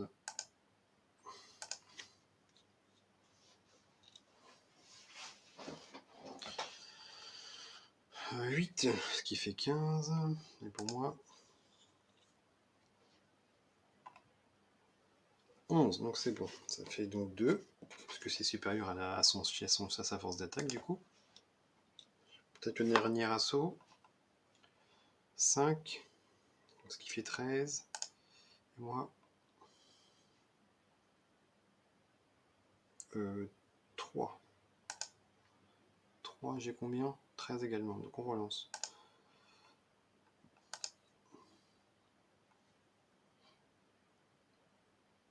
9. Ce qui fait 16. Et moi, 4. 4 et j'avais 10, je crois. Donc je perds 2 points. Je suis à 17. Ça en noir. Hop. Tac. Ok. On relance pour lui. 9. Donc ça fait 16. Ah.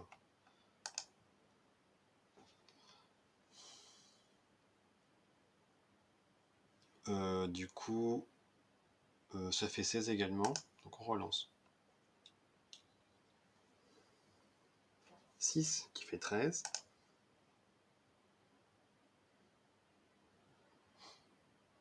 Donc il perd 2 points. Donc il meurt. C'est gagné. C'était laborieux quand même. Hein. Ok, donc on était au chapitre 103. Hop, hop, hop, hop. C'est enfin gagné, mais c'était compliqué. Hein. Si vous sortez vainqueur du combat avec les gardes, rendez-vous 150. Fioral sort de l'ombre et s'approche de vous. Il ne semble pas être le moins du monde surpris par la bagarre qui vient d'avoir lieu. Vous lui demandez pourquoi les gardes vous ont attaqué, vous et vos hommes. Oh, sans raison particulière, répond-il. Ils sont simplement libres de faire ce qu'ils veulent. À présent, vous pouvez demander à voir la chambre des débats, à moins que vous ne préfériez visiter la salle des cartes et des voyages. Vous avez également la possibilité de quitter le bâtiment pour monter à bord du vaisseau. Je vais prendre la salle des cartes et des voyages. La salle des cartes et des voyages est dans un état de désordre indescriptible. Des multitudes de livres et de cartes géographiques recouvrent le sol et les tables. Un petit extraterrestre racorni, avec une grosse tête, la peau bleue et de longs doigts, dort dans un coin et s'éveille à votre entrée. Vous demandez à consulter des cartes de la planète elle-même, mais vous n'y apprenez pas grand-chose. Vous vous demandez alors s'il est bien utile d'examiner les cartes de l'espace disponibles en ces lieux. Mais le petit être interrompt vos réflexions en vous présentant une grande carte qu'il vous autorise à étudier. D'après ce document, vous vous trouvez dans un système de type solaire dont le centre est l'étoile Magnus. En dehors de la planète sur laquelle vous êtes en ce moment, il en existe une autre également habitée. Elle porte le nom de Trax et gravite autour de Magnus sur une orbite proche. Trax a été récemment dévastée par une guerre et nombre de ses habitants sont venus se réfugier sur cette planète-ci. Les deux autres planètes habitées les plus proches, bien qu'elles soient quand même distantes de plusieurs années-lumière, s'appellent Culmater, d'accord, on en vient, et Macomon. Culmater gravite autour d'une étoile violette et Macomon autour d'une étoile double. La carte n'indique aucun trou noir. Zut. Vous remerciez le petit personnage pour son aide et vous quittez le bâtiment en prenant congé de Fioral au passage. Lorsque vous êtes dehors, vous remontez à bord du vaisseau par le transmetteur de matière et rendez-vous au 290. Donc on va peut-être noter. Trek, ça vaut peut-être pas le coup d'y aller, parce que s'il y a eu une guerre, les gens sont hostiles. Par contre, du coup, Culmater, on en vient. Donc Macomon, ça m'intéresse. Macomon, quoique. Il n'y a aucun trou noir, donc autant qu'on s'en aille, quoi. Du coup, on récupère... Attendez. On récupère 2 points d'endurance.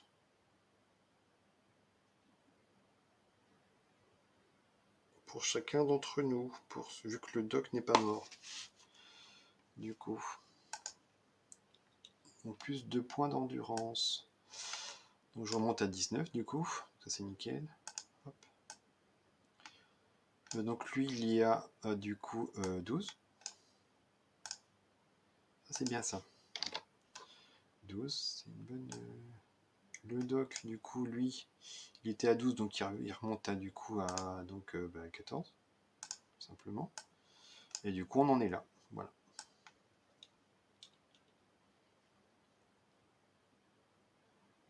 Ok. C'est reparti, 290. De retour au poste de commandement, vous établissez les coordonnées de votre prochain itinéraire. Une autre planète habitée gravite autour de cette même étoile, un peu plus loin, et vous pouvez aller l'explorer. Non.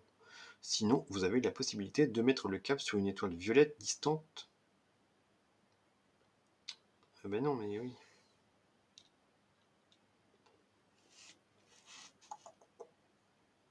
Non, on va faire ça, hein. 44. Allez, bim. Lorsque vous approchez de l'étoile violette, vos radars vous indiquent que l'une des planètes gravitant autour d'elle bénéficie d'une atmosphère idéale à la vie. Vous vous placez alors en orbite autour de cette planète et vous en examinez la surface à l'aide de vos radars. Ceux-ci détectent des signaux très nets d'une activité intelligente. En vérité, il y a même de fortes chances pour que la civilisation régnant sur cette planète soit plus avancée que la vôtre. Vous pouvez choisir de débarquer. Je vais poursuivre ma route parce que du coup, si on se retrouve, du coup. Non, je vais poursuivre ma route. Le système solaire le plus proche dans lequel vous pouvez espérer trouver des planètes habitées se trouve à quelques 2,2 années-lumière de distance. Vous passez en vitesse transsidérale après avoir mis le cap dans cette direction. Puis vous quittez l'hyperespace dès que vous êtes en vue de votre destination. Rendez-vous au 34. Vous vous approchez d'une planète de taille moyenne et de couleur bleu-vert. Puis vous placez en orbite, j'imagine. En explorant la surface à l'aide de votre radar, vous découvrez plusieurs groupes d'êtres vivants doués d'intelligence. Vous essayez d'entrer en contact avec eux, mais aucun son ne sort de votre radio en réponse à vos appels. Allez-vous débarquer sur cette planète ou quitter votre orbite et poursuivre votre route? Si vous débarquez, vous avez le droit d'emmener avec vos 3 membres d'équipage à choisir dans la liste de votre feuille d'aventure. On va y aller, du coup. On va y aller. On va prendre, du coup, cette fois-ci, donc moi, évidemment. L'officier ingénieur. Le sécurité, ben on peut pas. Mais du coup, est-ce qu'on peut prendre. On peut pas prendre les agents de sécurité, hein, du coup. Pourquoi 3 points? C'est quoi ça? Ah oui, oui, si, oui, d'accord. Ah donc, on peut les prendre, eux, ou pas? Je sais plus. Nous sommes sur le 34, je le marque.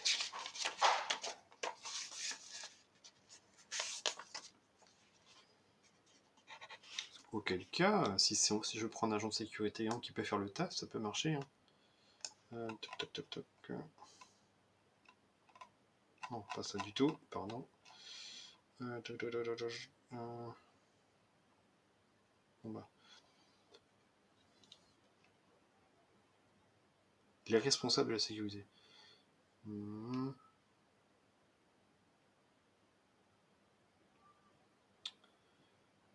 on peut les prendre également.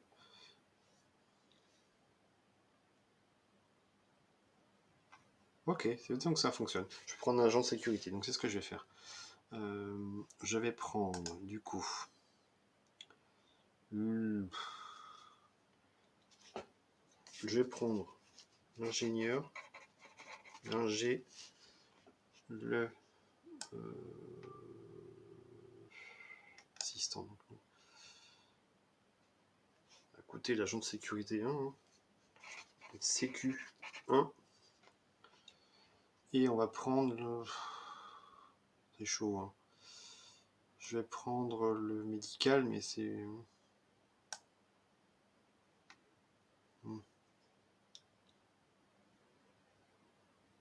Scientifique ou médical? Médical, allez, médical. Le médic. Hop, c'est parti. Donc, nous sommes au 34. Hop. 34. Donc on débarque. Vous atterrissez sur la planète et vous jetez un regard autour de vous. Un orage se déchaîne et déverse une pluie battante. Vous vous trouvez sur un sol rocheux à une centaine de mètres de ce qui semble être une sorte de village. 3 extraterrestres, probablement des habitants de l'endroit, font les 100 pas à mi-distance du village. Lorsqu'ils vous aperçoivent, ils paraissent surpris et se tournent vers vous. Ce sont d'étranges créatures grassouillettes au long cou et aux jambes courtes. L'un de ces extraterrestres fait volte-face et se hâte vers le village en se dandinant d'un pas qui doit être ce qu'on fait de mieux dans la région en matière de course à pied. Les 2 autres s'avancent vers vous en vous menaçant de leurs armes, évidemment. De longs bâtons pointus. Qu'allez-vous faire? Attendre qu'il vous ait rejoint? Non. Marcher dans la direction pour la rencontrer à mi-chemin, précipiter vers le village.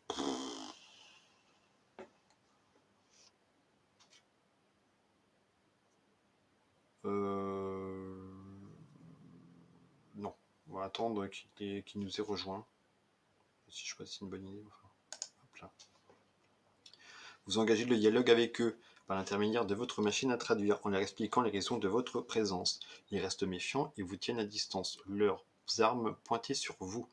Ils acceptent cependant de vous mener au village auprès du grand sage à qui vous pourrez exposer votre cas. Oh, 170. Lorsque vous entrez dans l'enceinte du village, d'autres extraterrestres s'avancent vers vous d'un air inquisiteur. On vous escorte vers une grande hutte dressée sur la place et où habite le grand sage. Vous entrez et vous apercevez dans un coin éloigné un extraterrestre de grande taille à la peau ridée qui se tient accroupi. Après vous être présenté, vous lui posez quelques questions. Allez-vous lui demander de vous parler de sa planète et de ses habitants, ou l'interroger sur ses connaissances en astronomie, malgré votre conviction qu'une peuplade aussi primitive ne puisse vous être d'un grand recours? Non, on va lui faire parler de sa planète. L'extraterrestre se révèle plutôt bavard et vous informe que vous vous trouvez sur la planète Kliba. Les villages peuplés de créatures semblables sont nombreux sur la planète et le stade de développement de cette civilisation se rappelle la période médiévale sur Terre. Ah oui, donc ils ne sont pas si intelligents que ça. C'est un peuple d'agriculteurs. Or, les conditions météorologiques de la planète étaient naguère excellentes, mais depuis quelques années, un mauvais temps persistant détruit les récoltes. Selon votre interlocuteur, c'est un seigneur de la pluie, d'accord, qui contrôle le temps qu'il fait, et ce seigneur habite un château fort, d'accord, à quelques 2 heures de marche du village. D'après la croyance populaire, c'est pour punir les habitants de la planète que le seigneur fait de la pluie leur afflige du mauvais temps. Et comme les récoltes ont été perdues, le village a été frappé par la famine et par la maladie. Si votre officier médical vous accompagne, vous pouvez proposer qu'il examine les malades pour voir s'il peut faire quelque chose pour eux. Mais peut-être préférez-vous leur demander s'ils ont quelques connaissances en matière d'astronomie. Vous pouvez également leur proposer d'essayer de rencontrer le Seigneur de la pluie. Oh. Non, on va examiner les malades. Hein. Peut-être pas là pour rien non plus. On conduit votre officier médical dans quelques-unes des huttes en espérant qu'il pourra faire quelque chose. Lancez 2 dés. Si le chiffre obtenu est égal ou supérieur au score d'habileté de votre officier médical, rendez-vous au 7. Oh là là. L'officier médical, il a quoi? Il a 12. 12.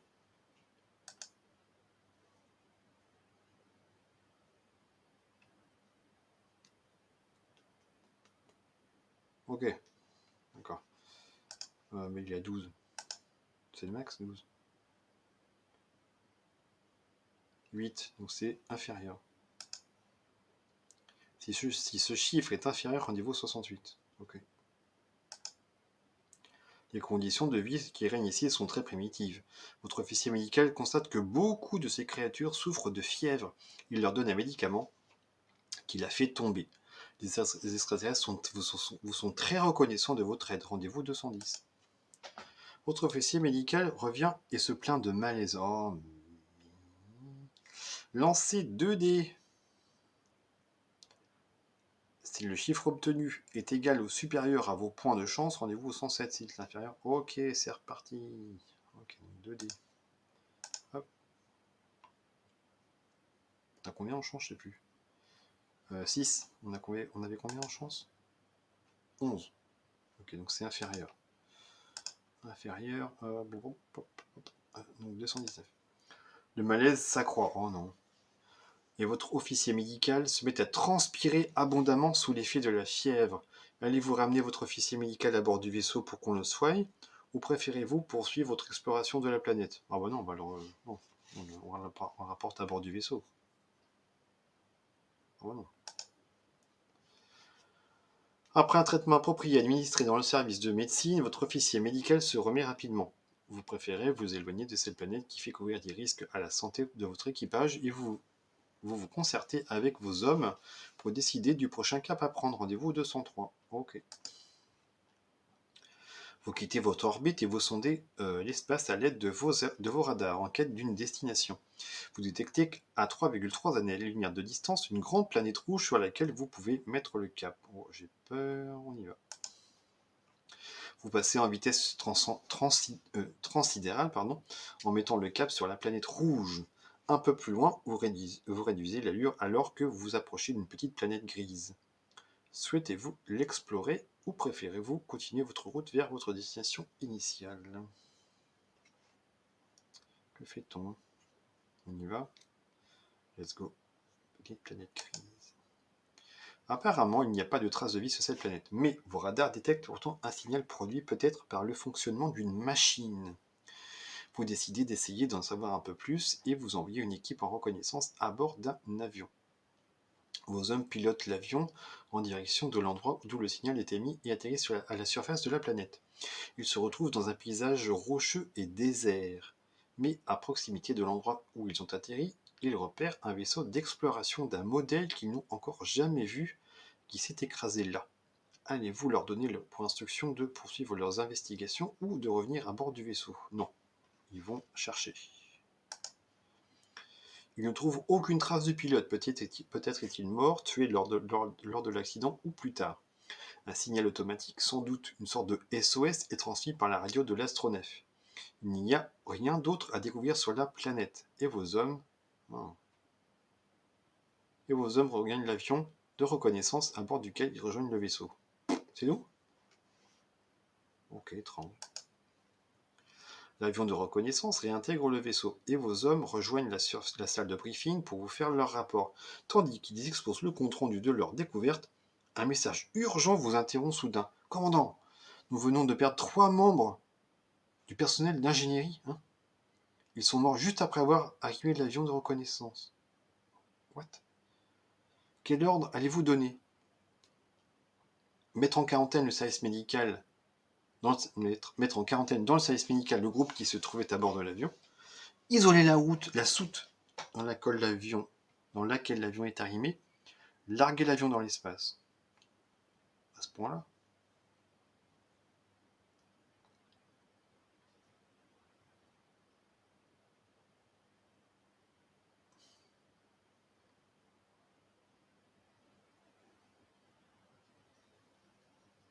Isoler la soute.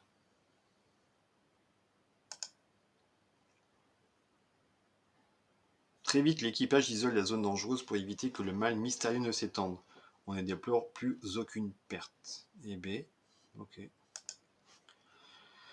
Après avoir revêtu une combinaison isolante, votre officier médical examine le corps de l'une des victimes. Il établit que l'homme a été empoisonné. L'atmosphère de la planète où l'avion de reconnaissance a atterri doit contenir un gaz mortel qui s'est à présent répandu à bord du vaisseau. Qu'allez-vous faire? Ok. Demandez à l'officier médical de chercher un antidote pour traiter l'équipage. Évacuer l'air contenu dans les zones infectées.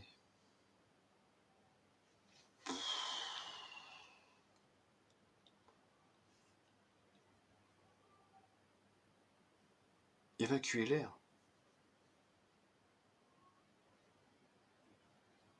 Ouais, c'est un antidote. Allez.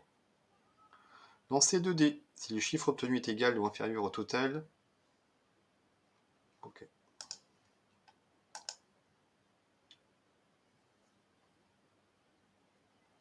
8.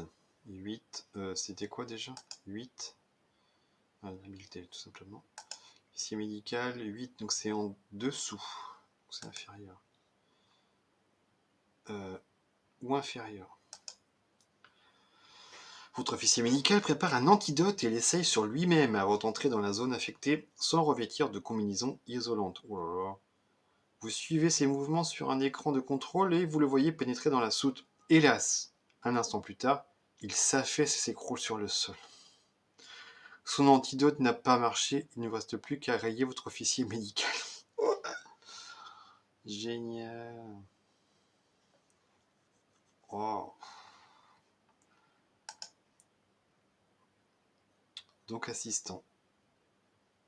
L'assistant c'est moins 3, c'est ça du coup.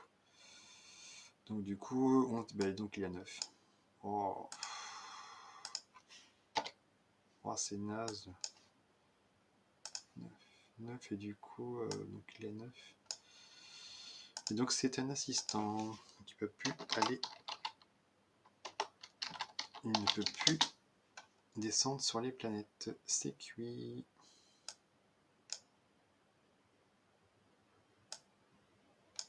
Hop. Et non, du coup, il y a 14, donc on relance 2D. C'est ce qu'on avait dit, je crois. Donc on relance 2D totalement, du coup. On relance 2D.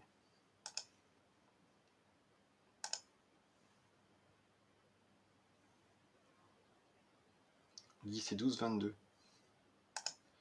22.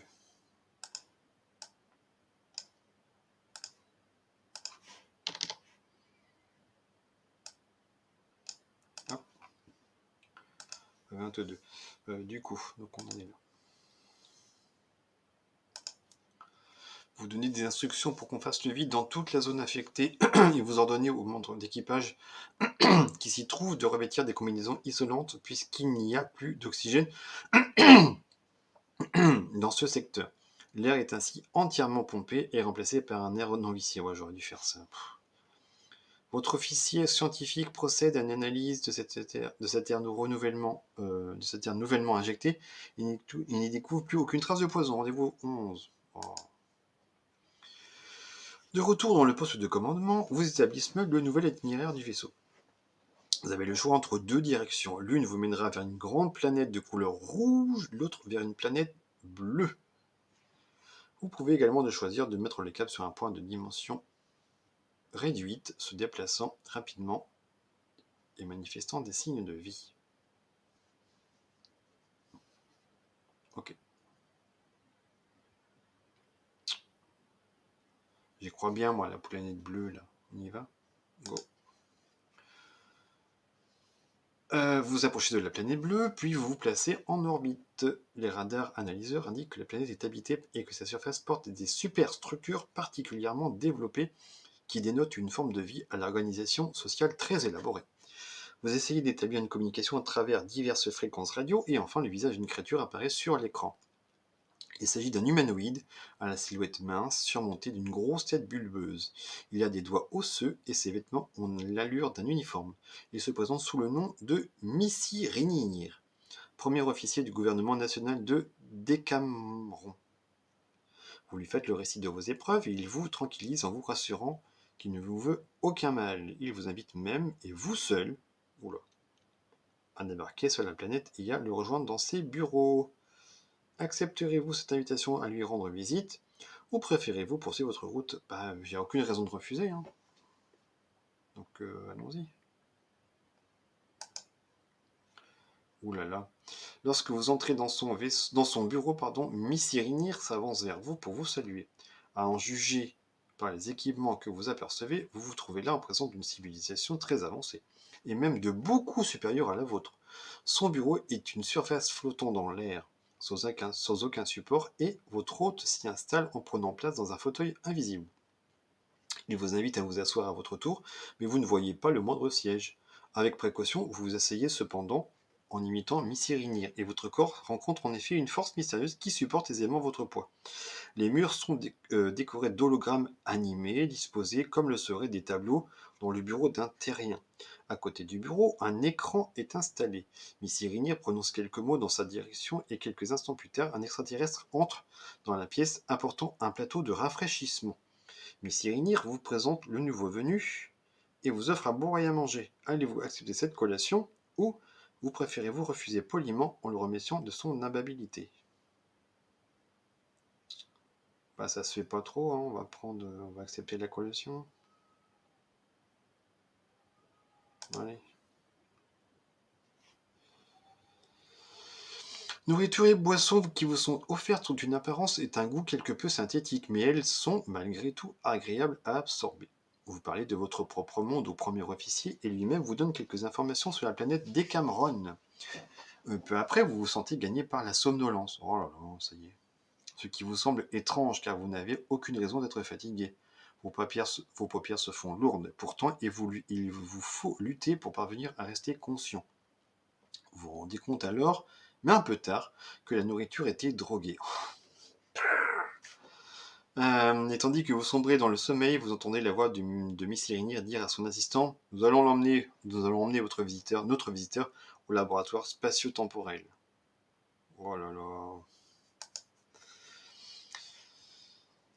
Vous reprenez conscience et vous essayez de bouger, mais en dépit de vos efforts, vous n'y parvenez pas. Une force invisible paralyse vos membres. Vous êtes dans une salle aux murs blancs et propres dans laquelle sont disposées diverses machines et terminaux d'ordinateur. Miss Irénir se tient devant vous. Étranger, déclare-t-il, vous allez avoir le privilège d'aider au progrès de notre technologie. Ça sent pas bon, ça. Nos techniciens ont mis au point un cadre spatio-temporel qui ouvre une porte entre notre univers et le vôtre. Hein. Nous vous avons choisi pour participer à la première expérience. Il montre d'un geste un coin de la salle où se dresse un cadre nu qui ressemble au chambranle d'une porte. En regardant à travers le cadre, vous ne distinguez rien.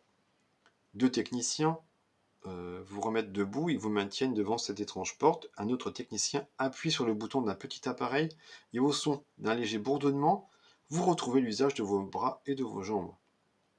Vous tentez alors d'échapper à la prise des deux personnages qui vous ont mené là, mais ils vous poussent aussitôt à travers le cadre. Rendez-vous au 53.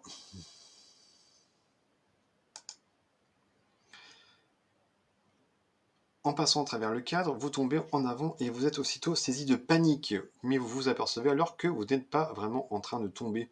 Vous flottez plutôt dans un espace vide. Peu à peu, votre environnement s'éclaire et vous constatez bientôt que vous arrivez à une sorte de chemin qui paraît constitué d'une énergie immatérielle. Tandis que vous y prenez pied, vous regardez autour de vous. Le chemin tourne et serpente, se dédouble et se reforme aussi loin que porte votre regard, comme une toile d'araignée suspendue dans un néant obscur. Le chemin semble pouvoir supporter votre poids, mais tout autour, il n'y a que vide et ténèbres. Avec précaution, vous avancez en tâtant le terrain du bout du pied. À quelque distance, le chemin bifurque. Choisissez-vous d'aller à gauche ou à droite? À droite. Le chemin continue, puis aboutit à une nouvelle bifurcation. Irez-vous à gauche ou à droite? À gauche. Le chemin oblique vers la droite et aboutit à une nouvelle bifurcation. Irez-vous à gauche ou à droite? À droite. Vous parvenez bientôt à une nouvelle bifurcation. Irez-vous à droite ou à gauche? À gauche. Vous parvenez bientôt à une nouvelle bifurcation. Irez-vous à gauche ou à droite? À droite. C'est une blague. À gauche ou à droite? À gauche. Ah, ça y est. Le chemin oblique vers la droite et bifurque à nouveau peu après. Encore? Bon bah à droite alors. Je change. Le chemin suit une courbe et vous arrivez à une autre bifurcation. Irez-vous à gauche ou à droite? Bah c'est bon là. Ça y est. Bah, dis donc. Vous suivez le chemin jusqu'à son extrémité, il s'arrête soudain et vous n'avez plus devant vous qu'un espace vide dans lequel vous préférez essayer d'avancer en vous rendant au 246 ou si vous préférez en revanche revenir sur vos pas et choisir une autre direction. Oh bah il me rend là.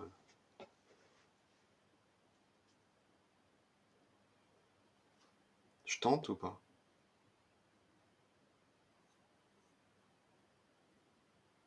Ouais, je tente, j'ai peur. Oh non.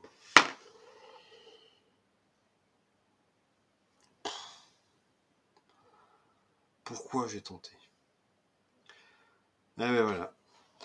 Vous faites un pas au-delà du chemin et en poussant un cri d'horreur, vous tombez dans l'espace. Vous vous enfoncez dans les ténèbres et vous échouez dans les limbes d'une frontière entre deux univers. L'expérience du cadre spatio-temporel a échoué et vous ne reverrez jamais le vaisseau voyageur. Bingo.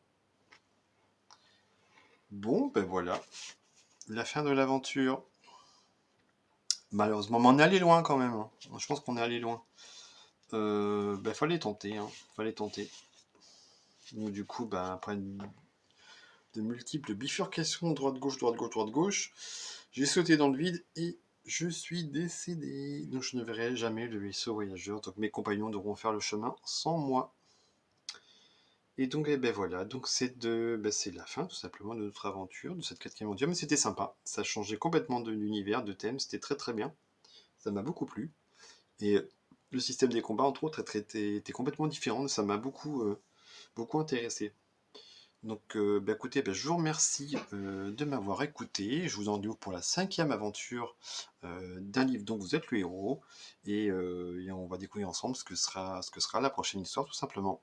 Merci beaucoup et à ciao. Salut.